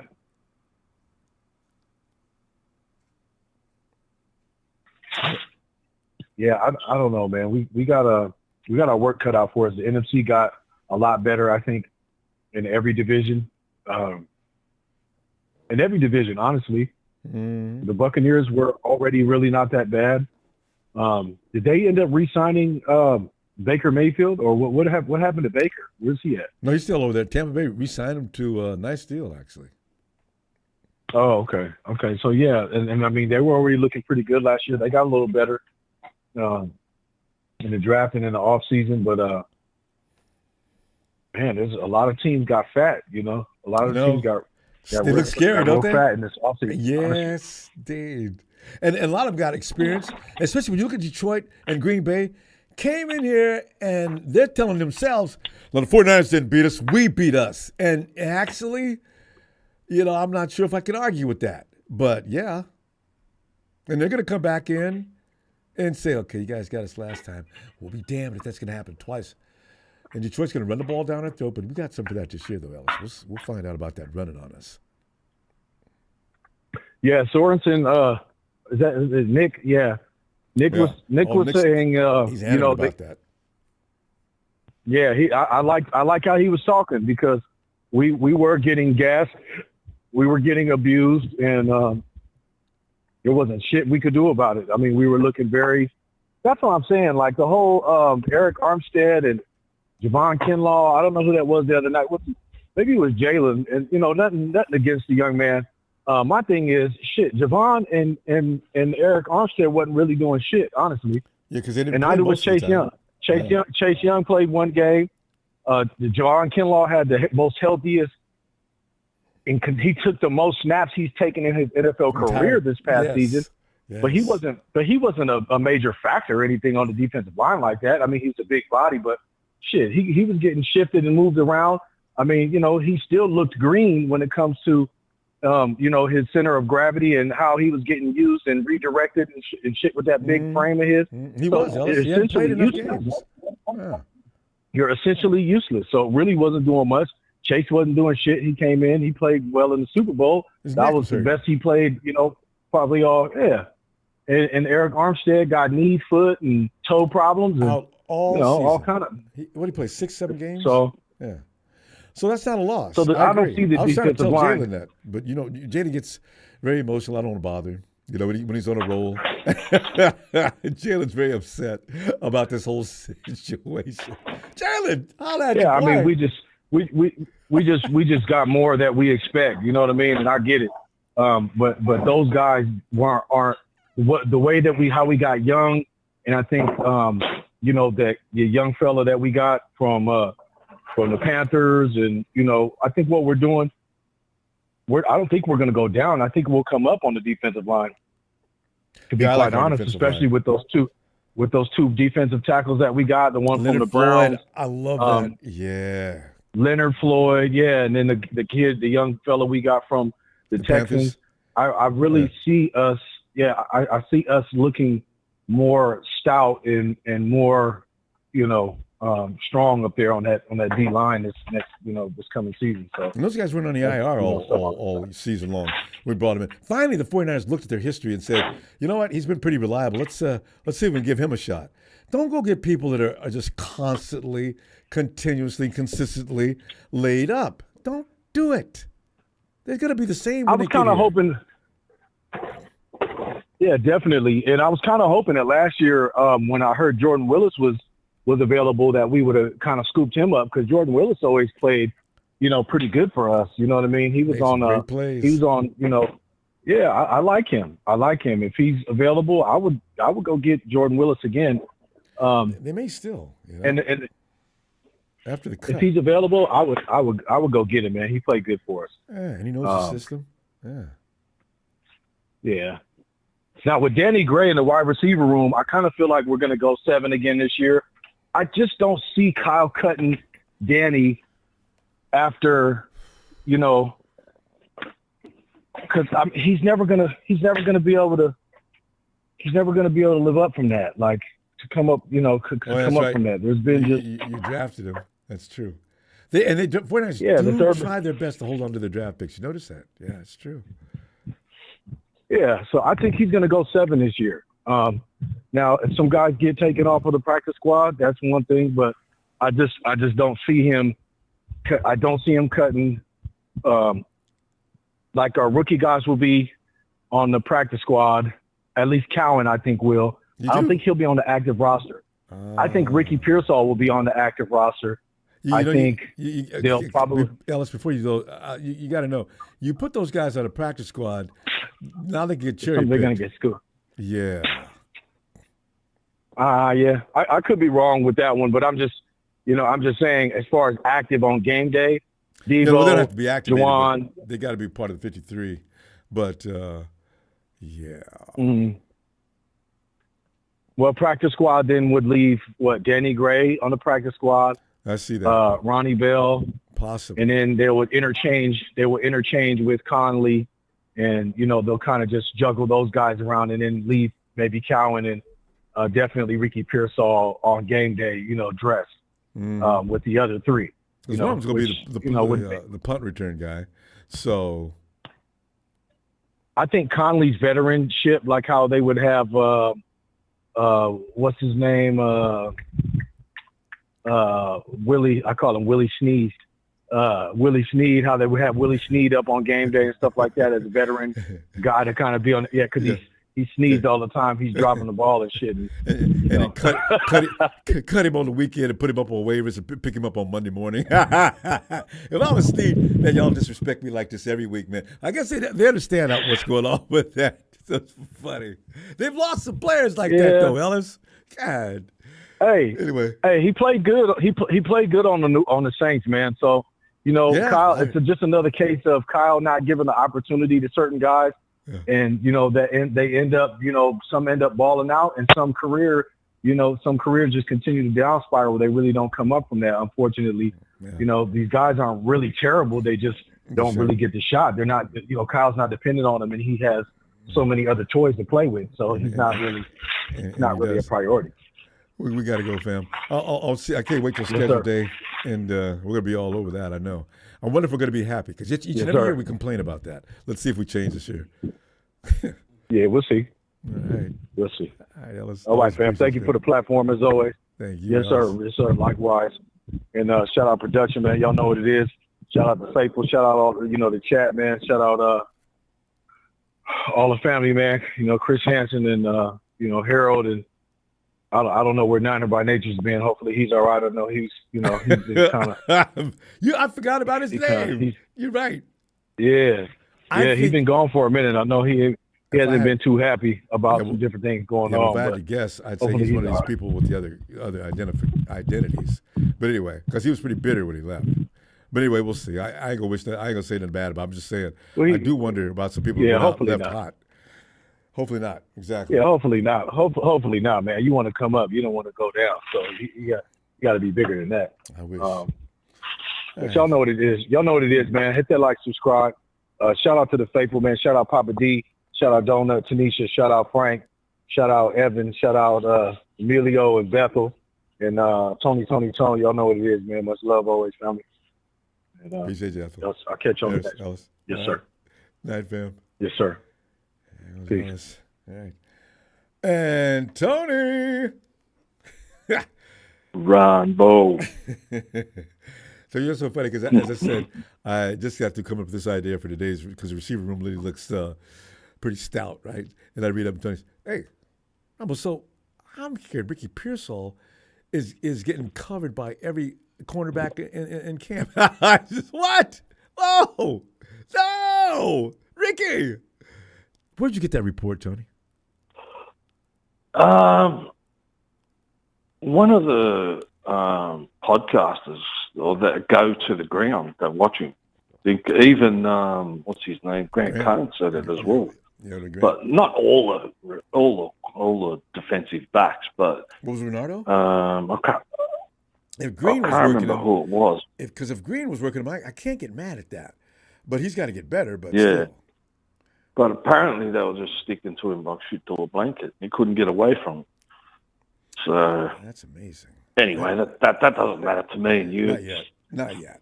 Okay, now you know if it's Carl's favorite. Anyway, favorite. Yeah. We don't care, but we know that we know the Kansas City Chiefs are pissing themselves laughing already. You think so? You know what? If they're laughing, they're laughing at the Bills for allowing them to get the pick they needed to pick up the kid with the speed. Yeah, he could have went anywhere. I know what you're saying, but he could have went anywhere but Kansas City. Don't give the Holmes this. God, that was ridiculous. Yeah, but Andy Reid knows what Kyle Shanahan is, Ronbo. He knows he's a pig-headed numbnut, right? And he knows he's not going to do anything about the right-hand side. So as long as he does that, well, Andy Reid's going to stick another one up him. I don't know. I don't. The 49ers, you know the definition of insanity, right? Doing the same thing over and over again, especially if it's non-beneficial. Yeah. You know, I don't want to declare, expecting a different outcome. Yes, I don't expect Shanahan to be diagnosed with that. I'm thinking he's going to find a way. He's noticing that just like everybody else. He's going to find another way. I just have to believe that. I got to keep the faith. Otherwise, Tony's going to make me crazy. I can't stand it. Ronbo, look, there's one thing when you say, Colt McKivitt's played, good for 3/4 of the season. But what happened to Aaron Donald who was it that had his number on our team? Was it Brunskill? Yeah, it was Brunskill, yeah. For some reason, they had Aaron Brunskill. And every now and then, Brunskill was part of a teamwork that did that. But every now and then, Brunskill would go one-on-one with Donald, and he would hold his own. How many Grant times? broke down a film and showed it. And I was looking at clip for clip. Look at Daniel. Did we get rid of the wrong guy? Well, Rombo, when somebody owns someone's ass on the field, it doesn't go away, mate, overnight. I know. That's why we beat the Rams all the time, because we own them. Right? And the Kansas City Chiefs own us. And why? We know why. Because of the right-hand side of the O-line. And who's the best commodity on the Kansas City Chiefs Chris Jones field? As long as you've got Chris Jones, Kelsey, and Mahomes standing upright, they're going to do something to you. All right? Now, what's going to happen? We got a surprise, though, Tony, because L'Jarius Sneed was not supposed to be a part of that formula. And Debo could not escape Sneed all game long. And now Aiyuk, for some reason, I'm not sure. The guy that runs the defense in Kansas City is brilliant. Is that Spagnolia? God. Yeah, well, Carl's probably going to cut Jordan Mason, and Kansas City are going to pick him up, and he's going to run 15 yards a clip against us. Yeah, just like they did with Jet McKinnon, you know what I mean? Yeah. Don't worry, everything will be all right. We'll lose again against the Broncos. Don't worry. No, just mark it down as a loss. That's all. Cody, if I had to bet right now the Chiefs are going to beat the 49ers whatever time that game takes place, I wouldn't make that bet. No. You wouldn't make that bet? Yeah. I'll make it. The chance the Chiefs are going to win. I wouldn't say the Chiefs are going to win. I wouldn't be surprised if we get blown out at home. There's got to be okay. Also, I don't know what the situation is going to be. Are we going to be injured? Are we going to have key players out? Are they going to be hurt? Because quite frankly, if the Chiefs are hurt too, I'm not giving us any credit for that either. So it's going to be a hard call to make. Well, we'll see. But like I'm looking at a schedule. I don't know if it's in the correct order. Not yet. But 15. The teams are. But if it is, the first 1, 2, 3, 4, 5 games are going to be hell. Well, yeah. If this is in correct order. I mean, this thing says to me, Arizona, Chicago, Dallas, Detroit, Kansas City. When's the last time we started off the season with a conference game? Okay, there's another flyer going around saying that we were going to start with the Bears. I don't know. If these guys are right, it doesn't matter. We're going to play some. We're going to play some new and improved teams this year. Oh, all of them, probably on that schedule. And Green Bay. When are we going to go to Green Bay? Here's another thing to think about. I said to you on Twitter, Brock Purdy and Patrick Mahomes have exactly the same size hands. Mm-hmm. But one can't throw wet ball. Exactly. I don't know. I mean, I blame Kyle. I'm looking forward. I'm looking forward to seeing the kid come back this year because I believe that whole season off, his arm's going to be at least 20-30% stronger than what it was last year. Even if for nothing else, but the time it takes to heal up. I agree. He'd be ready to throw bloody curveballs with a baseball and all sorts of crap. But it just comes down to who's going to be on the final 53, and it depends. If you're not in the Carbo clique, well, you might have got into a Roman bath with Kyle, and that might get you over the line.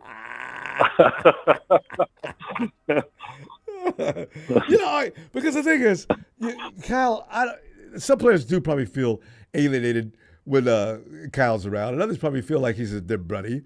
I wonder, but that's Kyle's fault. He should have never got that kind of thing going around that room. We'll find out.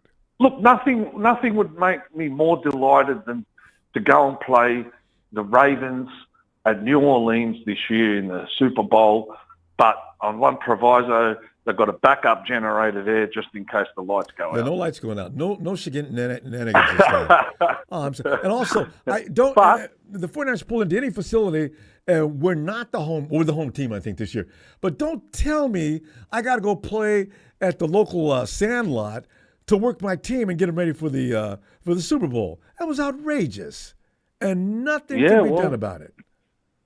No, who complained about it? Did Kyle complain about it? Initially, they did. They tried to get on the field. You alternate with the Chiefs on the pro facility, right?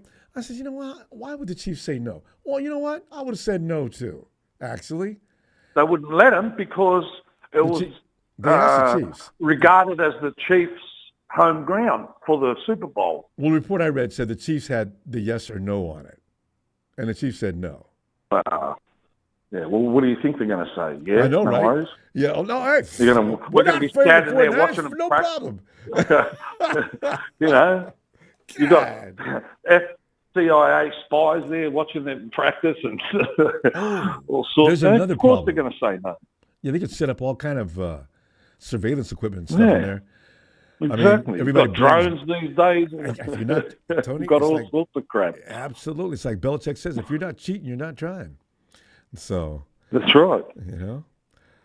Well, Tony, but if we don't make it this year, Ronbo, the year after that, Super Bowl's at San Francisco, and if we don't make it that year, Kyle has to go. He's got to go. He's got to go. I'm going to give him 2 more years. I'm going to be generous. I'm going to give him 2 more years. Let him try and get to the home one. And if we don't win the home one, if we're in it and we don't win it, bye-bye, Kyle. See you later. Game's over. And a lot of coaches would probably get the same treatment, so it wouldn't be unusual. All right. Anyway, Tony, I'll see you scheduled day, and we can get in and piss and moan about that all day. You bet your ass it's going to be against the 49ers, not for them. Absolutely. We should be used to it by the now. way the league treats us. We're the most hated team in the competition. Anyway, Tony, have a great day. I'll look for you. All right, brother. Shout out to Big Show, Evan Ellis, Papa D, and Jalen, young Jalen out there. And catch you in the next chapter. All right, Tony. Cheers. Cheers, brother. Cheers. Poor Jalen. He's like the poster child for just battered. Just to put the word battered underneath to put Jalen's picture up there. Brock Purdy the Great. Thanks, fam. It's crazy. We passed Rice. We should have got Rice, Gore, T.O. When these guys play and they do good, our fans are going to flip, especially Rice. All 3. Yeah. They will. But, what if they don't? We'll see. Because I wish them all they do well. We'll find out. There's a chance, I don't know if the 49ers would do it, but there's a chance that those guys still get dropped from wherever they are now. They could find a way to San Francisco. Although I don't see Harbaugh dropping Rice. Because there's an allegiance between Jerry Rice and some of the legends. There's allegiance between them and the 49er organization, so you're not going to get rid of all of them. I'm sure Jed York probably asked Kyle and John about those kids. I don't know, and said, well, do we have any room for them? Because especially Frank Gore. Frank and Jed were close. They still are. Frank's working at our place, which is, I wonder how they explained it to Frank. Frank, we're not going to pick up your kid. Oh, no, I understand. He's just like everybody else. He's got to go out and win a job. All right, we just want you to know that it's strictly business. But in Frank's mind, he's saying, "Shh, business, my ass. Y'all just." And speaking of Jalen,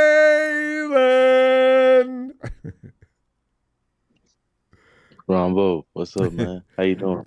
Hey, Jalen, doing all right, man. How you doing? Man, I'm doing good. And as Marky Mark would say hello to your mother for me. Every time I see that Saturday Night clip, I can't stop laughing. Just randomly in the middle of a sentence. So say hello to your mother.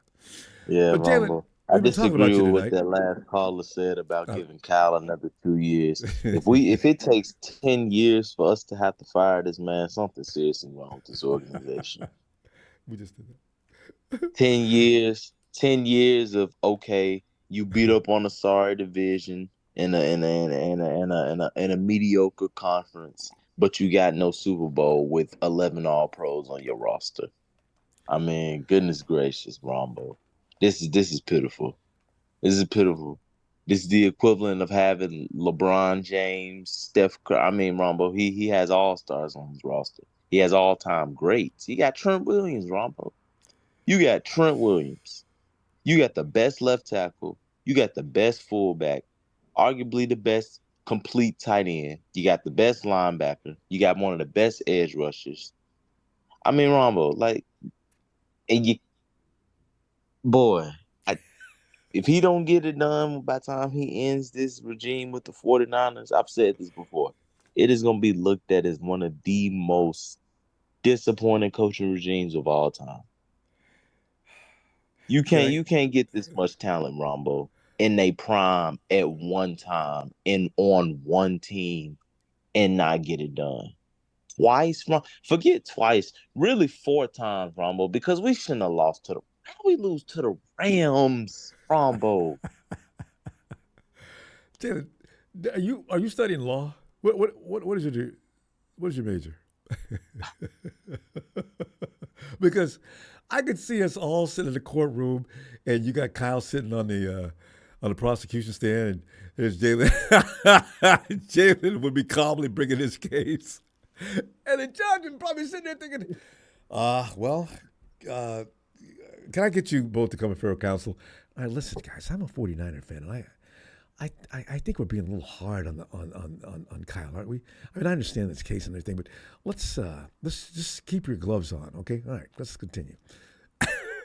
But Rombo, Because like Jenny, I'd understand if he was making it to the Super Bowl with role players at receiver, average role players at receiver, and like one or two elite players. I'd be like, you know what, Kyle, you're doing what you can with what you got. You don't got much, but man, you getting us to the. As soon as you get those extra pieces, man, Kyle, you gonna win it. But I can't say that. Rumble, he's had the best roster in the league for like the last 5 seasons. I can't. What else is there to say? We've seen in 3 separate Super Bowls, second half your offense is gone completely putrid, and you just choked. If this was a player, Rombo, we'd be saying we got to get rid of him because he's holding our team back. Yeah. If this was a player that's constantly always doing good in the regular season, but when he gets to the big game in the playoffs and he chokes, we say, man, we got to get rid of him because he's holding us back. But we don't do that for Kyle Shanahan. I don't know why. I really don't know why, Rombo. Because Jimmy got us to the big game, did he not? Yeah, he was there. So why did we feel the need to move on from him? Well, same reason they're doing the same thing. They're going to go through roster changes. The scheme is different this year than it was last year. It looks like we're done with Yak. We're going for the home run Rombo, shots. Yeah. It's done. I'm happy with that. I'm kind of happy with that Yeah. because we're gonna be running the same offense we did the first 2 years Kyle was here. The 2017, 2018 offense with Pierre Garçon, Dante Pettis. Yeah, like guys like that, Trent Taylor. But Rombo, this I mean, even if he does get one ring, Rombo, I mean, Kyle, you could have had at least 3. wait, Jalen, wait. Even if we win, you're still gonna get rid of him, Rombo, because no, hell no, we can keep him. I mean, if he gets it done, Rombo, keep him. But I'm just saying, Rombo, you wasted years of people's prime, Rombo. Like we could have been separated from the NFL by at least 2 rings by now. We could have beat the Chiefs at least one time. I agree with that. We should have beat the Eagles. Rombo, we could have beat the Eagles if we. Oh my God. Well, we had no business losing to the Rams, Rombo. We had I no agree with business that wholeheartedly. Kyle, you had no business putting a tight end on the defensive end. We shouldn't have lost to the Eagles, and we shouldn't have lost to the Rombo. God, we shouldn't have lost to the Chiefs the first time. He should at least had 2 rings. 10-point lead with 5 or 6 minutes to go. At least didn't 2, give up that many Rombo. He points. should at least had 2 rings. He should at least had 2. At least 2. Like, this is ridiculous, man. Like, oh my God. Jalen, now, just to make you feel better, just think if you lived in Texas or for some reason had an affiliation with the Cowboys. Now, there are other teams that are embarrassing themselves way more than the 49ers. No. Time out. Wait, now, Rombo, how are they embarrassing themselves? Millions of people are not, matter of fact, billions of people are not watching them lose in the Super Bowl. None of these teams, Rombo, the Super Bowl is the biggest sporting event in the entire world. Probably next to the Olympics. But what if you're not even a part of that whole Rombo, thing? nobody knows that you're not a part of it. Who's thinking, man, the Dolphins, man, y'all ain't even here right now? Nobody's thinking that. They're just thinking of the 2 teams that's there. Yeah, well, that's another perspective. But what I'm saying is we do still have a little reason to keep optimistic about what's going on because we're going to remain competitive, more than likely. And we're going to keep ourselves in position to get it done. Now, there's other teams that aren't even nearly in position to get anything done. They're going to continue to fail. Because they don't have the roster, Rombo. Look at the roster. This is what I'm talking about. You got to give them credit for building that roster as well, Jalen. Because look what Trent Baalke did before. Trent couldn't build a team to save his life. And then when he got him out there, he pissed everybody off to the point they wouldn't even play for him. So, these are the things I'm grateful for. Those years were killing me, Jalen. Oh. Ronbo, I can tell you right now. Ain't none of it, Ronbo. Expectations is worse than anything. See, if you knew you were going into the season, I've heard you say it, Ronbo, you knew those 2017, 2015 games. You knew we were going to lose those games. Every You week. just wanted to be optimistic. I was still you talking knew trash. It. Yeah. But Ronbo, at the end of the day, you weren't going to be hurt at the end of the season, Ronbo. I was every year. Ronbo, I was bleeding. I said, Ronbo, come on, man. We're going to look like this next year, too. And we're going to draft. By week three, you knew how the season was going to go. I know, but I just wanted to win every now and then. All the way to the Super Bowl and you choke, Ronbo, that's a whole nut. That's like getting your soul ripped from your body. It's hard to get to that Super Bowl, Jalen.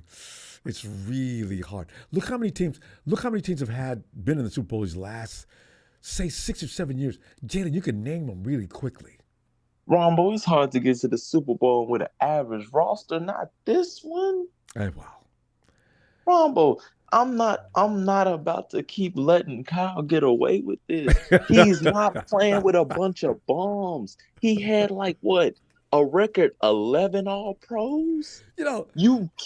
Ronbo, it's not going to be hard getting to the Super Bowl with this roster. I can't wait till the end of the season. If we do win it, Jalen, I want to see what the other Jalen that celebrates is jubilant and just going nuts because we just won that ring. I can't wait to see that. That's why I'm praying that we win that Super Bowl. I just want to see what you...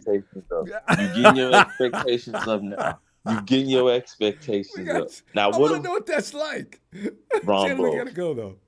Let me see on schedule day, okay? You're going to be fine. You're going to be fine. I can't handle it. Ronbo, I'm 23. I've seen 3 Super Bowl losses. I don't deserve this. You're going to have that ring, okay? Believe me. Ronbo, 3? You'll be fine. 3 Super Bowl losses, Ronbo. Don't indulge in it. Just think about something else. I want to see from the schedule. Ronbo, that can do something to your mental state, man.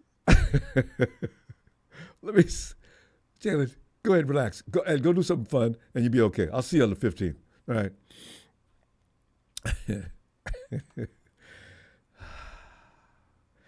Hey, Stan, the man, come on in. Hey, what's going on, Ronbo? Stan, I feel so sorry for Jalen, poor guy. We got to get that ring. Yes, it's tough. Yeah. It's tough, like I was telling you the other night.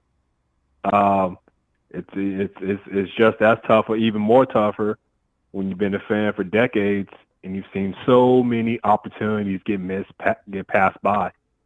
I'm even talking NFC Championship games where we blew it in 2010 against the Giants. We had those kickoff return fumbles. How about up against the Hawks with Richard Sherman? I'm trying to remember the last time we lost a game in NFC CG. When was the last time you got that mad? I was livid. I had to go outside before I broke something in the house. That's the other game. We got robbed because I remember not Patrick Willis, but his boy next to him. Like his name doesn't come to me quickly. But Bowman. Bowman snatched the ball. They broke his leg in half, and he still hit onto the ball. That should have been his ball. But we can go and nitpick on stuff like that. But I want to touch on the signings that we've done over the weekend. It looks like we signed Cowling. Well, you knew they were Ronaldo Green. If they sign or not, but yeah, they usually hold. They only first round and second round picks sometime hold out, but everybody else signs. But yeah, well, you knew they were going to get signed. Yeah, so that's to get signed this quickly. That's promising. They must see some potential in those guys. Oh, they were going to get signed. Anytime you draft in the top five rounds, you're definitely going to sign them. But yeah, there's a lot of talk tonight about the Super Bowl and what Kyle should have done and what we should have done, But it doesn't matter how many all-star players you have on your team, or or how great your running backs are, or whatnot. It comes down to how you execute the game. Yes. Okay, and we had a dropped field goal, not field goal, but a kick return, and went the Chiefs' way. They recovered the ball. McCaffrey fumbled. What are the odds of that? That's a great screen. The ball goes way up in the air, comes down, and hits one of our guys on the foot, and the Chiefs recovered on their 10-yard line at the most.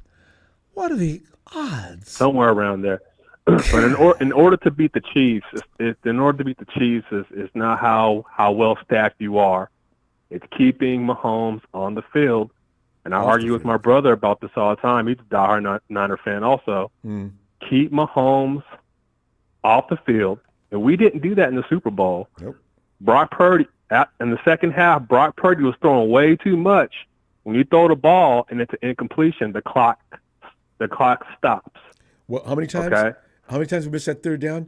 Was it a record? It was double digits. We didn't convert. 3 for 13. We went 3 for 13 on third downs. Poor execution. You'll lose every time. Okay. Run the ball. Even if you don't get a first down, you probably ran maybe 7 or 8. Now you're kicking. Yes.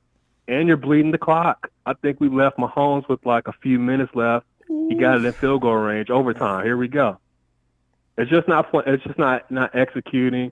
I'm gonna put it on Kyle a little bit because I think he should have kept some fresh legs in there running the ball. Jordan Mason averages 5.2 yards a carry. He wasn't about to let Jordan play. He doesn't trust Jordan Mason. So that's why they went and got Ricky, because they said we couldn't throw the ball. 3 for 13. Was it 3 for 13? So I'm gonna go out and get a couple of wide receivers, and we're gonna get this done next time. We're gonna see if we can get rid of Debo in the second round. I kind of believe that the 49ers really may have tried to get, because Debo could not get open, and that of course put more added pressure on the rest of the offense. I'm not mad at Debo, but that's exactly what happened. Well, the sports analysts that are able to break these guys down, their mechanics, they say Debo has a hard time separating on man-to-man coverage. So that's what they did on us in the Super Bowl. They just kept checking him right there at the line. He can't separate. He's a great runner. Once he gets the ball. He's a great runner when once he gets the ball. But if it's a guy lined up across from him, he has a hard time separating. And Ricky Pearsall is good at that. So that's one of the reasons we signed him up. So now you got two guys that supposedly, and Cowing, understand, is skillful at that too. I don't know if he's as good as Ricky, but he does have the quickness to get in and out of routes quick enough to cause frustration for a defender, and that's what you got to have. Kyle does timing routes. Oh, yeah. If Debo is hanging around holding hands with the defender, how's Brock going to throw the ball to a spot? The defender's got an option to get it too. It becomes a real problem.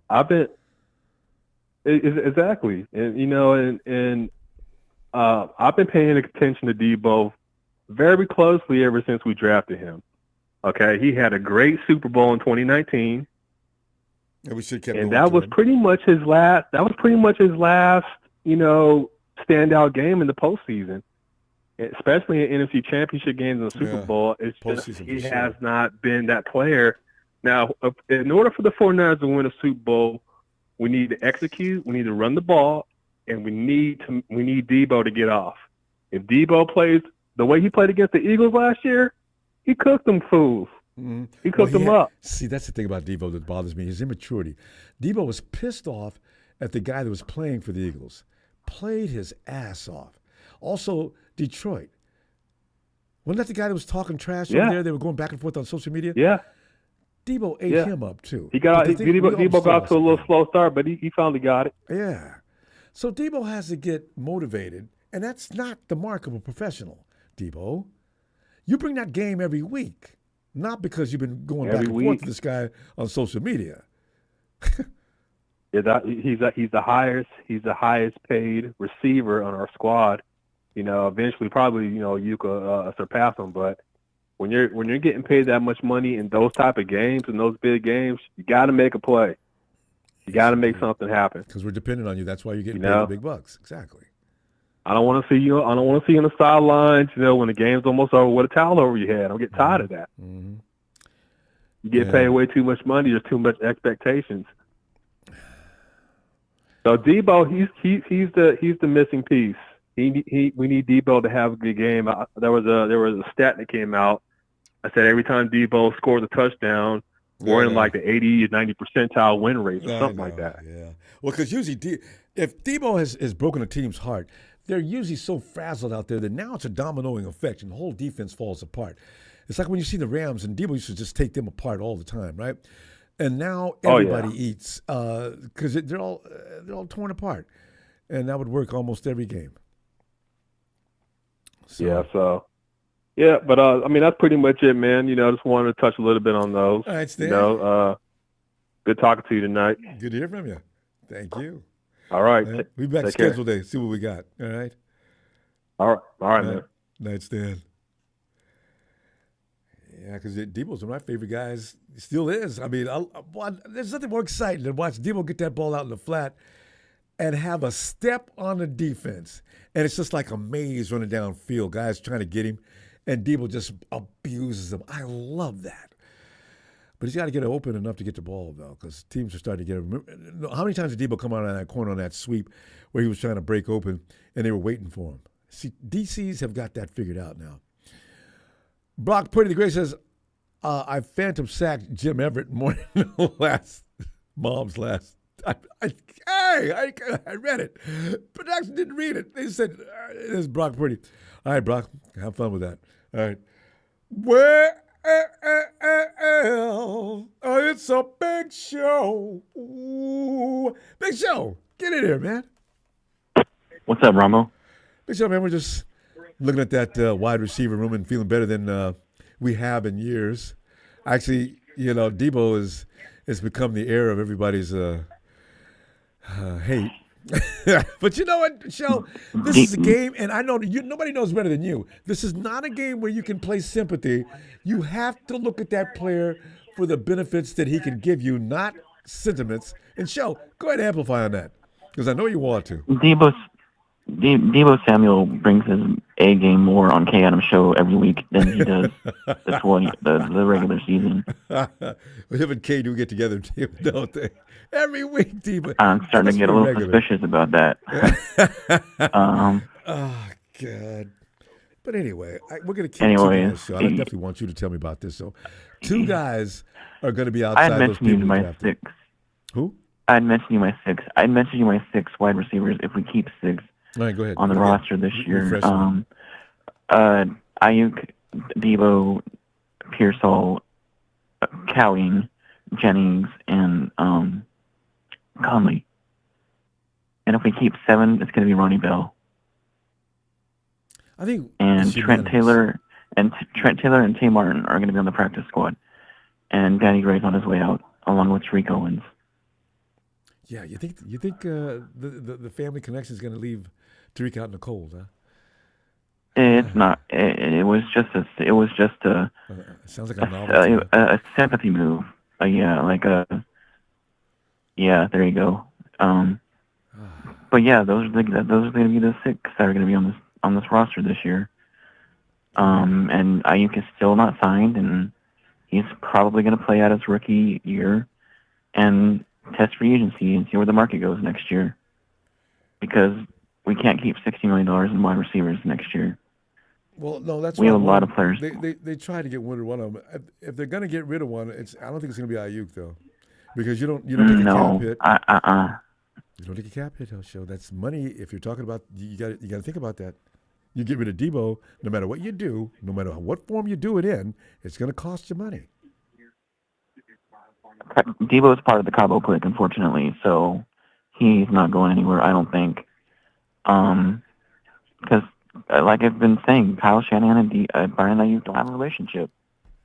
Well, John and the rest of the people in the building probably do, and they're listen, Kyle, we know how you feel about Debo, but listen, we're just sit down and listen to this. We're going to have to do this. He barely used Aiyuk in the Super Bowl. There must be a reason why that they kept forcing to Debo, and it wouldn't work.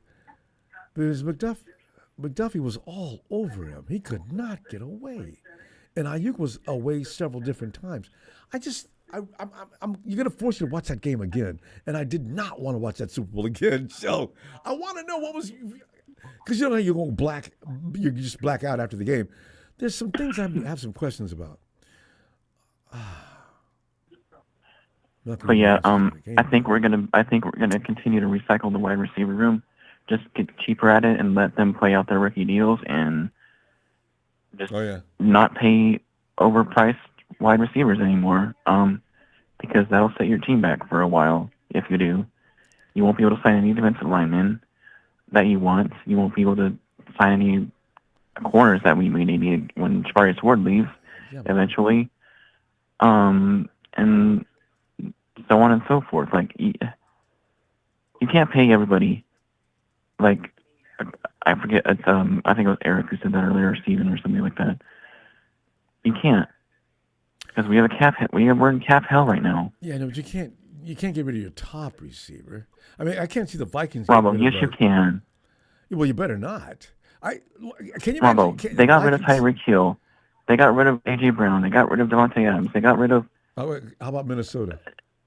Amari Cooper was traded. Yeah, but they're looking to get. I wouldn't doubt that. Oh, they're going to. And Aiyuk's probably going to seek that sort of money too. No, they got to sign. So Vikings get rid of. What is his name? Anyway, you're not going to get rid of your premier receiver every time. Just you're going to look for some of the way out. So Aiyuk has become the most valuable between those two. I'd be shocked. No, he really hasn't. CMC is more valuable than Aiyuk. I'm sorry. Well, no, but I'm looking at receivers, and you got to keep. CMC does catch the ball too, so don't forget that. Yeah, but he's still a running back. You're not going to use him in that position, not to the degree that you'd use Ricky's there for that anyway. So, Aiyuk is not the most important player on this offense.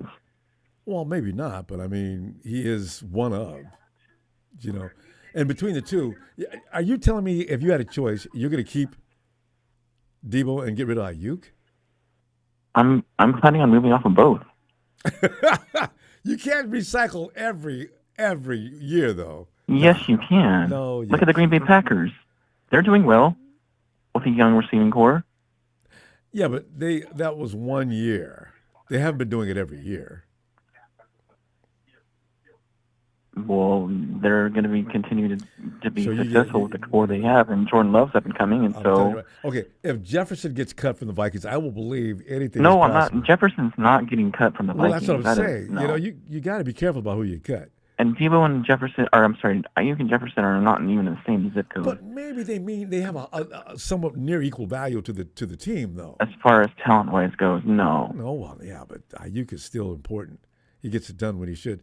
And by the way, we'll be just fine. We'll be just fine without him. Should we move on from him? I don't know, Shell. That's a pretty serious move. All of a sudden, I got nobody going downfield. It's really not. And if I'm a DC, well, they got rid of Aiyuk, so we should have this pretty much. All we got to do. The more serious move we made was getting rid of Buckner, and look at how that worked out. Yeah, well, not well, because Javon Kinlaw didn't really give us what we needed, and there's many things you could examine. That Javon Hargrave really hasn't been living up to expectations. I think the 49ers knew what they got in Hargrave. Eric Armstead was expected to stay a little more healthy, I think. But yeah, that's pretty much that's gonna be the receiving room this year, and next year is gonna get a little bit bumpy.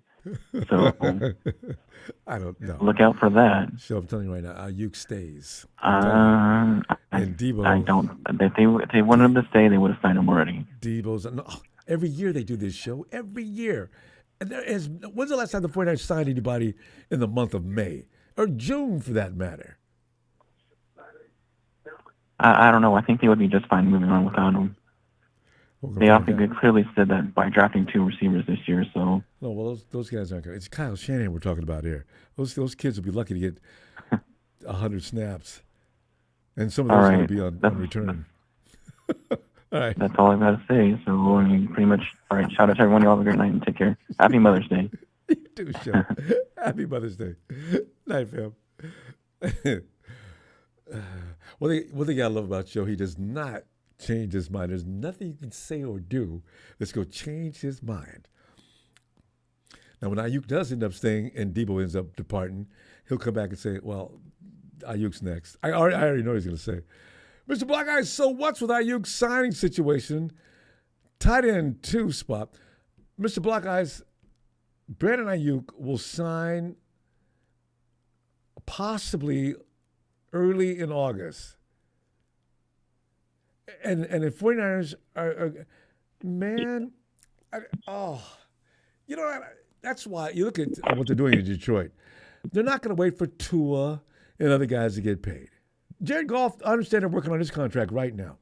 Why do the 49ers put themselves through this? I don't understand.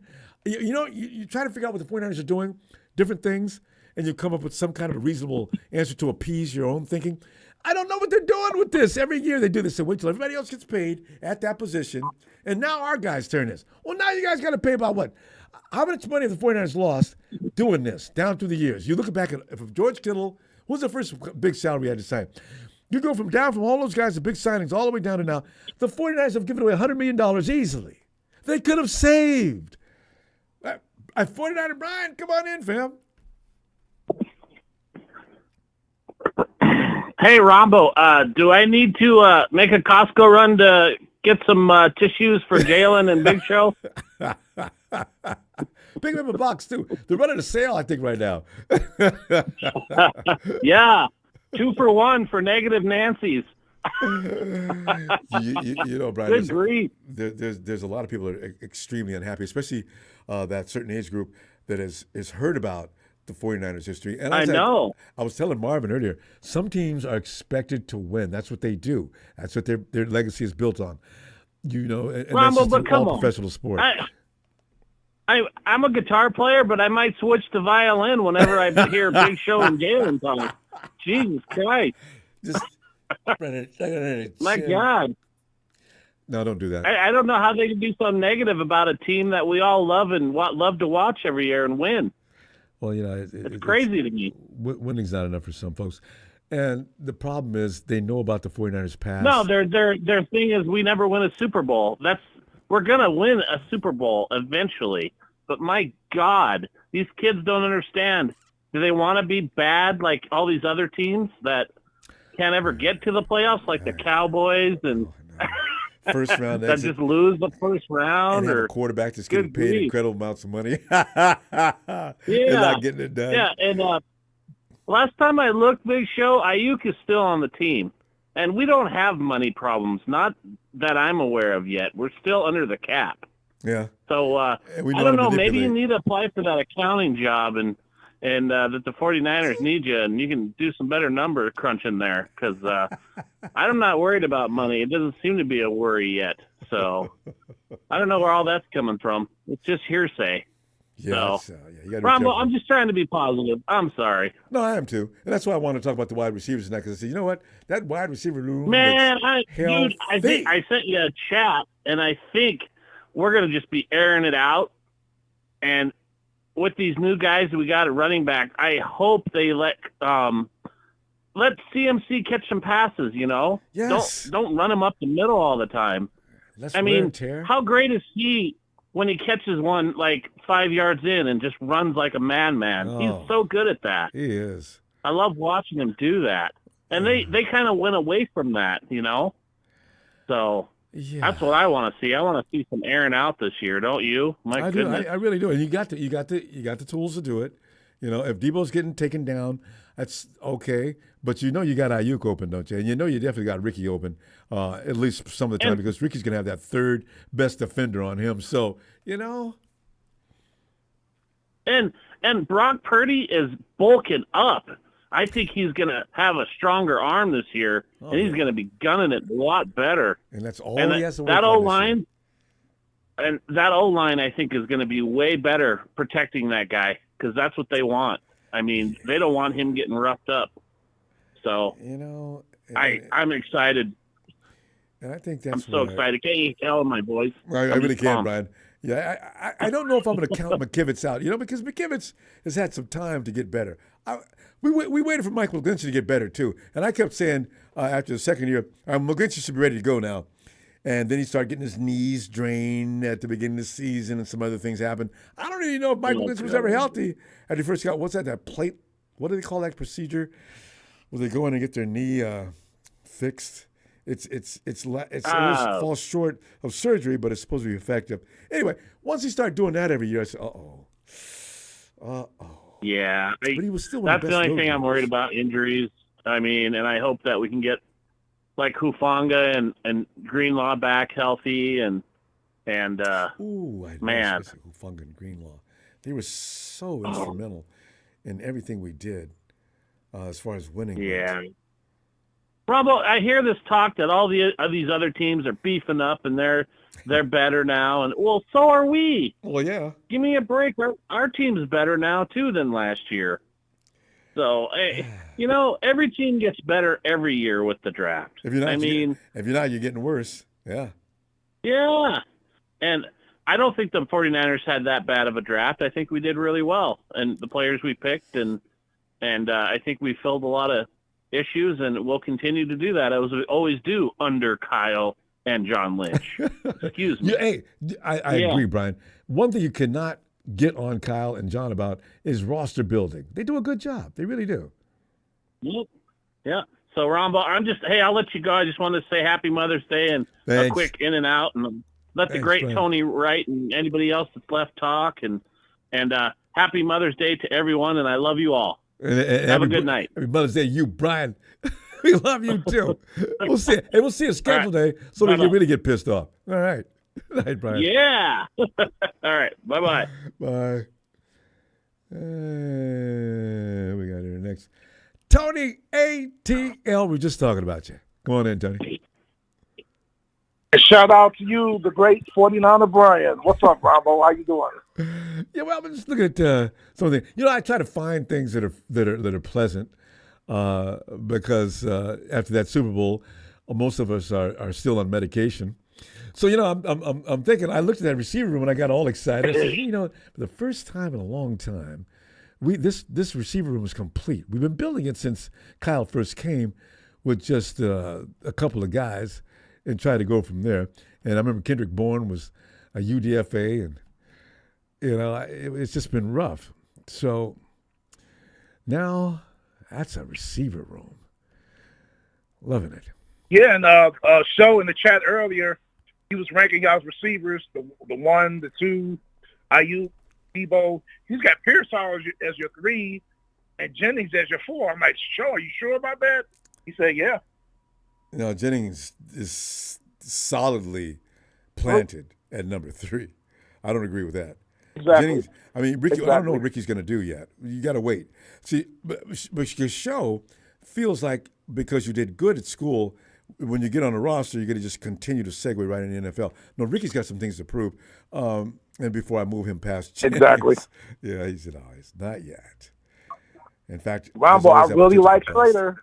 I know I keep talking about him every time we talk. UDFA out of Missouri, because of what he did in college, Ronbo. He was very productive. Yeah. Cody Slater. I saw Cody. Finally I didn't know what he looked like. Yeah, it looks like a big, beefy dude, too. Has he got good speed? Yeah, he's got change of direction. He's only 5'9", though, Ronbo. No, that's good. 5'9". When's the last? Behind the line. If you're not Derek Henry, who else is a big receiver? Le'Veon Bell. Some of the best receivers in the game have always been somewhere around 5'9" to 5'10", 11. You don't see guys over 6 foot except for Henry and Le'Veon. I'm trying to think of another long, tall receiver. A running back. They get the center of gravity. You got to be able to drop that shoulder. You can't do that from that height.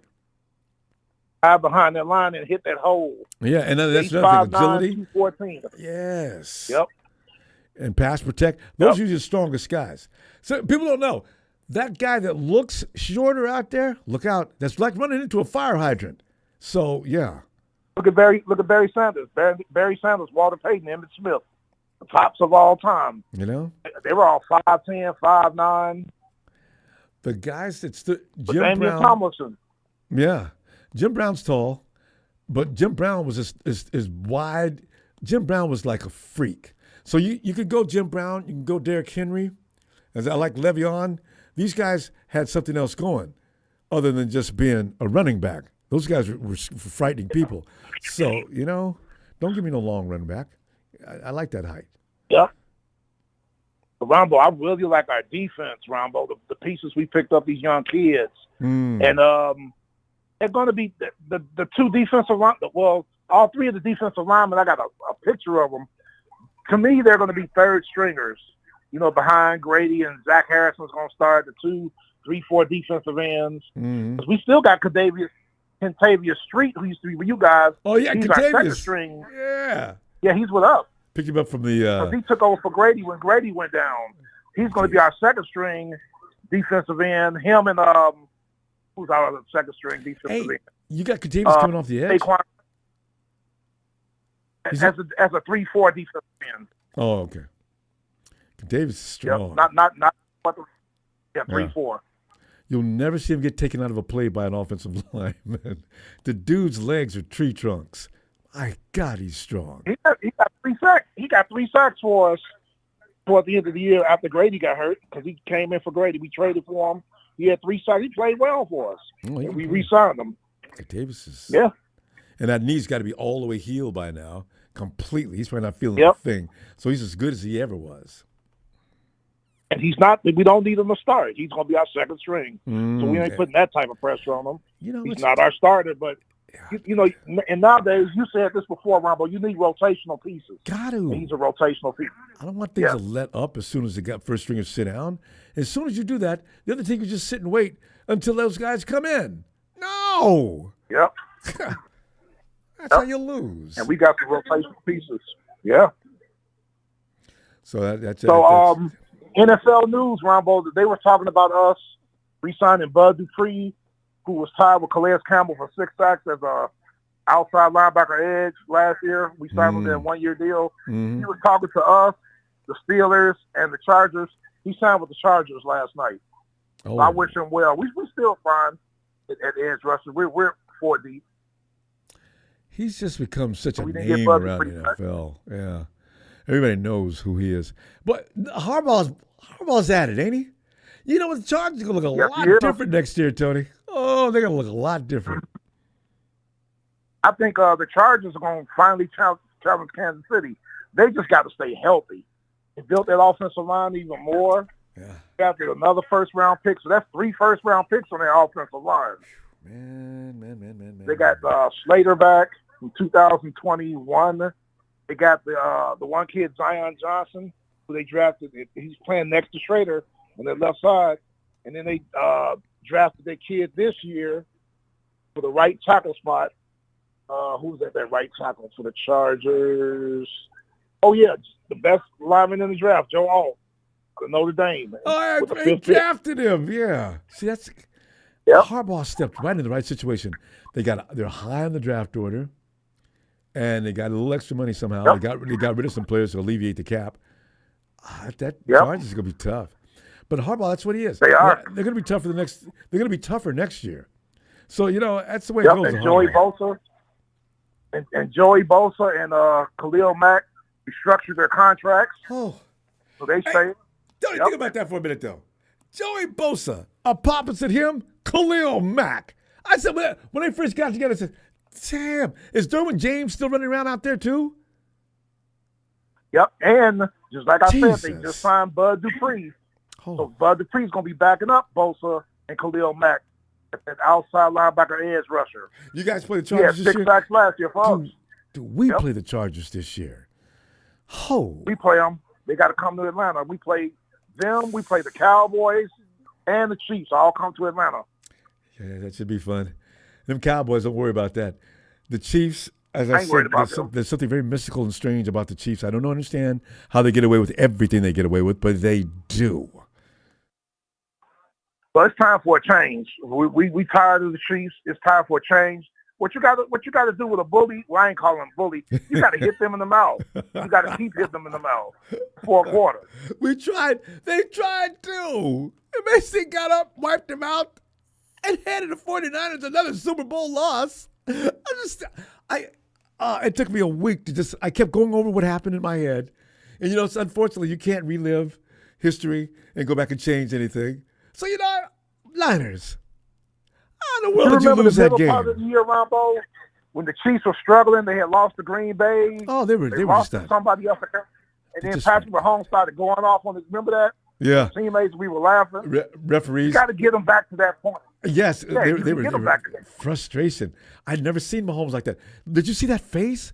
He was livid. Yeah. He was all over that official. I thought Did he that get was fined? comedic gold as far as I'm concerned. You got to get them back to that point. And to get them back to that point, you got to hit them in the mouth. You got to be physical with them. And that was a special moment. Yes, it was. Oh, Ronbo, they've been tearing Jason up today. They're talking about he's whining. You want to cheese with that wine? Oh, my. What kind of Brian was getting them? I was cracking up. The people, you let Jalen alone. He's 23. Okay. So he'll be okay. No, because the 49ers, they do have to stop getting there and falling out short, though. That is annoying. So I understand him in one way. In another way, he's got to know, though, if you're going to follow a professional team, there's going to be those moments. Otherwise, don't commit because they're going to piss you off all the time. That's why I stopped watching the NBA. I was just, God. And they already proved that there's lying in the NBA. What's that Jaff? What's that name? Jaffe? What's that coach that came out and told everybody? Yeah, there were some times when some of the games were fixed. I lost it when he said that. I knew it. Yeah. Those phantom I haven't calls. watched the NBA in years. I watch now, but I don't have any emotional connection. But it's so funny because now you can have replays, recall. They stop the game and go over and look at the play again. The challenge has been successful. I said, you know what, you motherfucker. These are the same challenges that should have been made a long time ago. All them phantom calls you guys made because you were paid off before the game got started. The NBA knew they lost integrity on that, and that's why they incorporated some of the things they're doing now. Sons of God, that made me mad. Oh, they determined games. But I'll tell you this, though. You should not know every official's name like that. And I knew every official's name in the NBA, and that's just doesn't. How come he's taking over games? Exactly. I'll tell you this. Watch out for the Chargers to challenge the Chiefs. Watch out for the Bengals to challenge the Chiefs. They'll be back. Watch out for Cincinnati. Yeah. And Cleveland's going to be good, too. I just don't know if Deshaun Watson going to be – because he's still not like he was when he was in Houston. He ain't been like he was in Houston, even though he's gotten better. Yeah, he needs he got some talent around him. He needs a massage. Deshaun Watson, I don't expect him to – I don't expect Deshaun. You can't – how many years was he out? 2 or 3?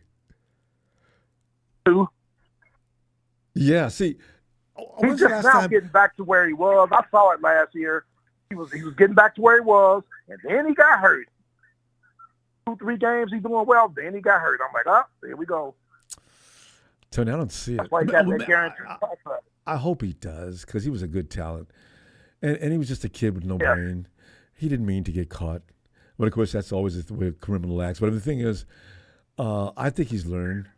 Your value, what do you value? Do you like being a football player? Do you want to continue to be a football player at a high level? Remember the prestige that brought? Now look at you. People look at you like a joke.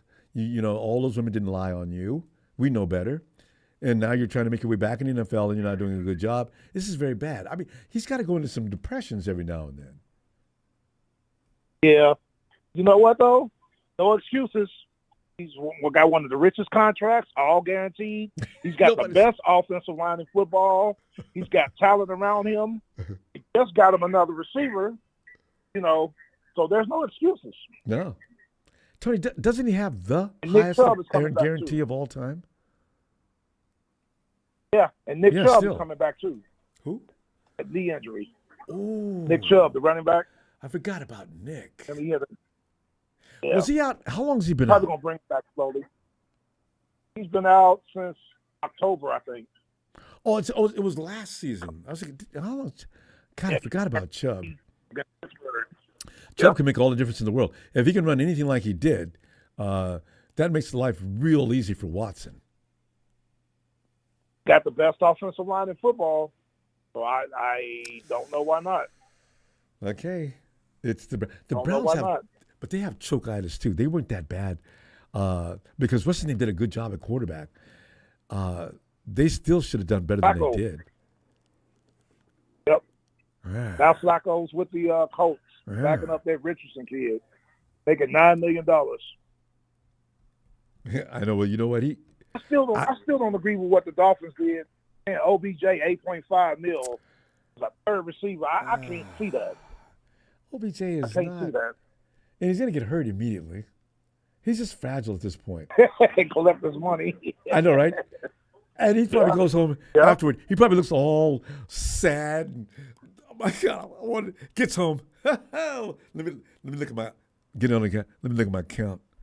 8.5 million. I'm gonna go to Cabo right now. You going to Cabo? It's November. Yeah, but they ain't gonna know I'm going. Yeah. You know, because I wonder about some of these guys that do like he does. Who else does that? Goes and gets a big contract. Remember the year? This was a few years ago. Remember the year Ezekiel Elliott and what was that tight end that retired? He flew down for a weekend. What was the tight end going to be in the Hall of Fame? I can't think of his name. Hall of Fame tight end. Tight end for the Cowboys. The guy that just established that position for years. And he was going to go to the booth for a while. He didn't stay up there. I know what you're talking about. I didn't know the Went Cowboys, up there for a year and then came back for a year. Yeah. And didn't really get anything done. I think that was a bad year for the Cowboys too. He just said, "I don't have time for this," because the guy's he's accomplished a lot. I know who you're talking about. I just can't remember his name. But yeah, Jason Witten. Yeah, JW. Yeah. Yep. And no, I am not all Rams. Marking it slow, talking about I'm all Rams. You got it twisted. When the quarterback starts throwing all them picks, they might think about benching them, marking it slow, because the Prescott gonna be throwing a lot of picks. You know, get Jimmy warmed up. I forgot they got Jimmy. You know what? We're gonna see Jimmy this year. Stafford's not gonna last the whole season. He didn't last the whole season last year. Nope. And he started throwing picks late in the year. I remember that Giant game that they came back and won. He hit through 2 4-quarter picks. The Giants took the lead and they came back and kicked the field goal. But you know, when he throws a pick, it's usually because but Dak's picks are like the ones I don't understand. Because the camera angle, and the cameraman seems to know Dak's going to got that tendency too. He's got that camera trained right in the right spot. I'll never forget that Jacksonville thing. Mm-hmm. You can see Dak's already telegraphed where he was going with the ball. Yeah, the guy was standing right there. And he couldn't believe he threw the ball anyway. He threw it anyway. And the new person said, "What? Okay." And he left. Pick 6. I said, "Dak, what the hell are you doing?" He was looking right at you. Playoff game against Green Bay this past year, Ronbo. They're at their 32-yard line in their own end. You're supposed to protect the football. He throws a pick in his own end to start the second half. So, CeeDee Lamb. You got to protect the ball. You know, and CeeDee Lamb, now that you got Micah, you got CD. I don't know who else, and people are walking around there mumbling things about Dak. Your soccer room has been, your locker room has been destroyed. I mean, what if I'm Dak, I walk in and nobody, "Hey, y'all, what's up?" "Hey, yo, Dak." They turned it back. "Hey, y'all got a problem with me, man? What's up, man? Why don't we talk, man? Let me buy you all dinner later. I got something to do." "Oh, come on, man. Y'all gonna shut me out? I told you it was an accident." I can see it now. You know, that's not going to, when they lose respect for the quarterback, that's going to continue to decline. I just don't see the Cowboys doing anything this year. We'll find out. You know why, Ronbo? Yeah, their offensive line got better, but isn't Dan Quinn gone? Defensive coordinator, he's gone, right? Yep. That defense ain't going to be the same. And they lost a couple pieces on that defense. And their faith has got to be points. And their faith has got to be shaken. I can't wait to see the Cowboys. Yep. Yeah. Well, Tony. Oh, yeah, we're going to get some laughter out of that. Oh, Tony, I tell you what, see the 15th, we can discuss each other's schedules. And you guys should have a favorable schedule. They cheat you guys on the schedule. It'll be just all out wrong. So, you know. Yeah, but this year we got our Super Bowl 51 schedule in a way. The only difference is we don't play all the teams in the NFC West like we did that year. We play the NFC East. We play the AFC West like we did that year, and the NFC East. But we do play one team in the West. We play Arizona. It's either Arizona or no, it's Seattle. We play Seattle and Atlanta. See, now we got to go to Philly. See, because Gene D. Yep. And when's the last time anybody seen Gene D? Now you got Gene D right where you want him. Because you guys got a solid team this year. Yep. You can play anybody. They didn't have a good draft either, Ronbo, other than their first round pick, which was they got the best defensive tackle in the draft, Byron Murphy out of Texas. The Seahawks didn't have a good draft. I don't want them to have. They didn't have a second round pick. And Hawks are still running around talking about Wallen. They don't remember how Wallen got benched against the 49ers because he was out there getting his butt beat. I can't, it's amazing how some people overrate their own people. Wallen he's fast. He's good. Seattle drafted both the starting cornerbacks out of the University of Auburn. Check this out. They drafted Nehemiah Pritchett in the 5th round with the 136th pick. And they drafted DJ James in the 6th round with the 192nd pick. And what does that say? Both starting quarterbacks at Auburn, the same school. Yeah, they got a connection they drafted there. Them both, one in the 5th and one in the 6th. Like Trent Balk used to have with the Gamecocks, Trent went and got all his players out of game. Anyway, well, Tony, I'll see you a couple of days, and let's get together on that schedule. And happy Mother's Day to Mama. And we'll see you then. Again, same to you, sir. And mini camps should be coming around soon for the veterans pretty soon. Oh, I know, right? Next week, right? It's usually a week mini camp for the rookies, and then the veterans come in a week later. Yeah. Yes, sir. It's picking up momentum, Tony. Almost time. Yes, sir. Not in the state of Texas. Well, for the Houston Texans, but not the other team. But you got to go get Texas. Get this bum off the phone. Sounding like he eats Newports all day. Texas boy, you got a lot of nerve, boy. Well, they're gonna beat your ass. I already know. Yep. And deep down, Texas boy, he knows, Ronbo. He ain't gonna admit it, but he knows. He knows the end is near. All right, Tony. I will see you midweek, Ronbo. All right, looking forward to it. Have a great night, Tony. Take care, sir. You too. Anyway, as we call it night, and okay, get ready, fam.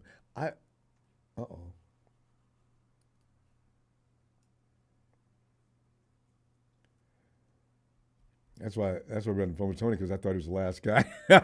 Is that Bethel? No, Beryl? Hello? Yeah, how you doing, Ronbo? Doing okay. How you doing? Hey, man, I thank God I'm able to talk to you, man. You're a good analyst, man. Well, thanks. I don't hear that often. Appreciate that. Hey, man, I like how that you announce the games and you don't criticize the players, man. Every now and then one will really make me crazy, but normally, I don't get on our guys. I did get mad with Jake Moody a couple of times, but he's a kicker, and you got to give some room for that. So, but anyway, thanks. Hey man, I'm from Trenton, New Jersey. I'm a diehard 49er fan. I'm gonna say this before I hang up. All right. In the name of Jesus, bless your family, man. God bless you, bro. Thanks, Beryl. And I want to. It was nice talking to you. Same here. All right, man. God bless. Don't be a stranger. Get back as soon as you can. I'll be back on the 15th. I just woke up and hit the pin number, man. I'm so happy to talk to you, man. God bless you, bro. I know you got other people to talk to, man. You have a blessed day, man. Thank you, man. You too. I really appreciate that, bro. Night, fam. Keep up the good work, brother. You're doing good. Thank you. Mm-hmm. Wow, that's nice.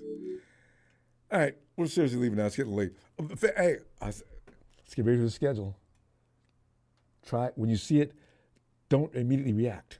Relax, breathe, go woosah, woosah. Because they're gonna get us, fam.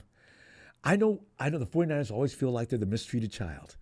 But you know what? We're not far off, fam. We're not imagining these things. They really do happen. We get abused. I'm trying to think of another team that gets abused worse than we do. I know. Straw hat. I know. All right, straw man argument. I'll bring it every time. See you in a couple of days, fam. And thanks for the contributions. Always appreciated, family. And don't forget to subscribe. We want to be able to let you know when we're looking for you. Niners!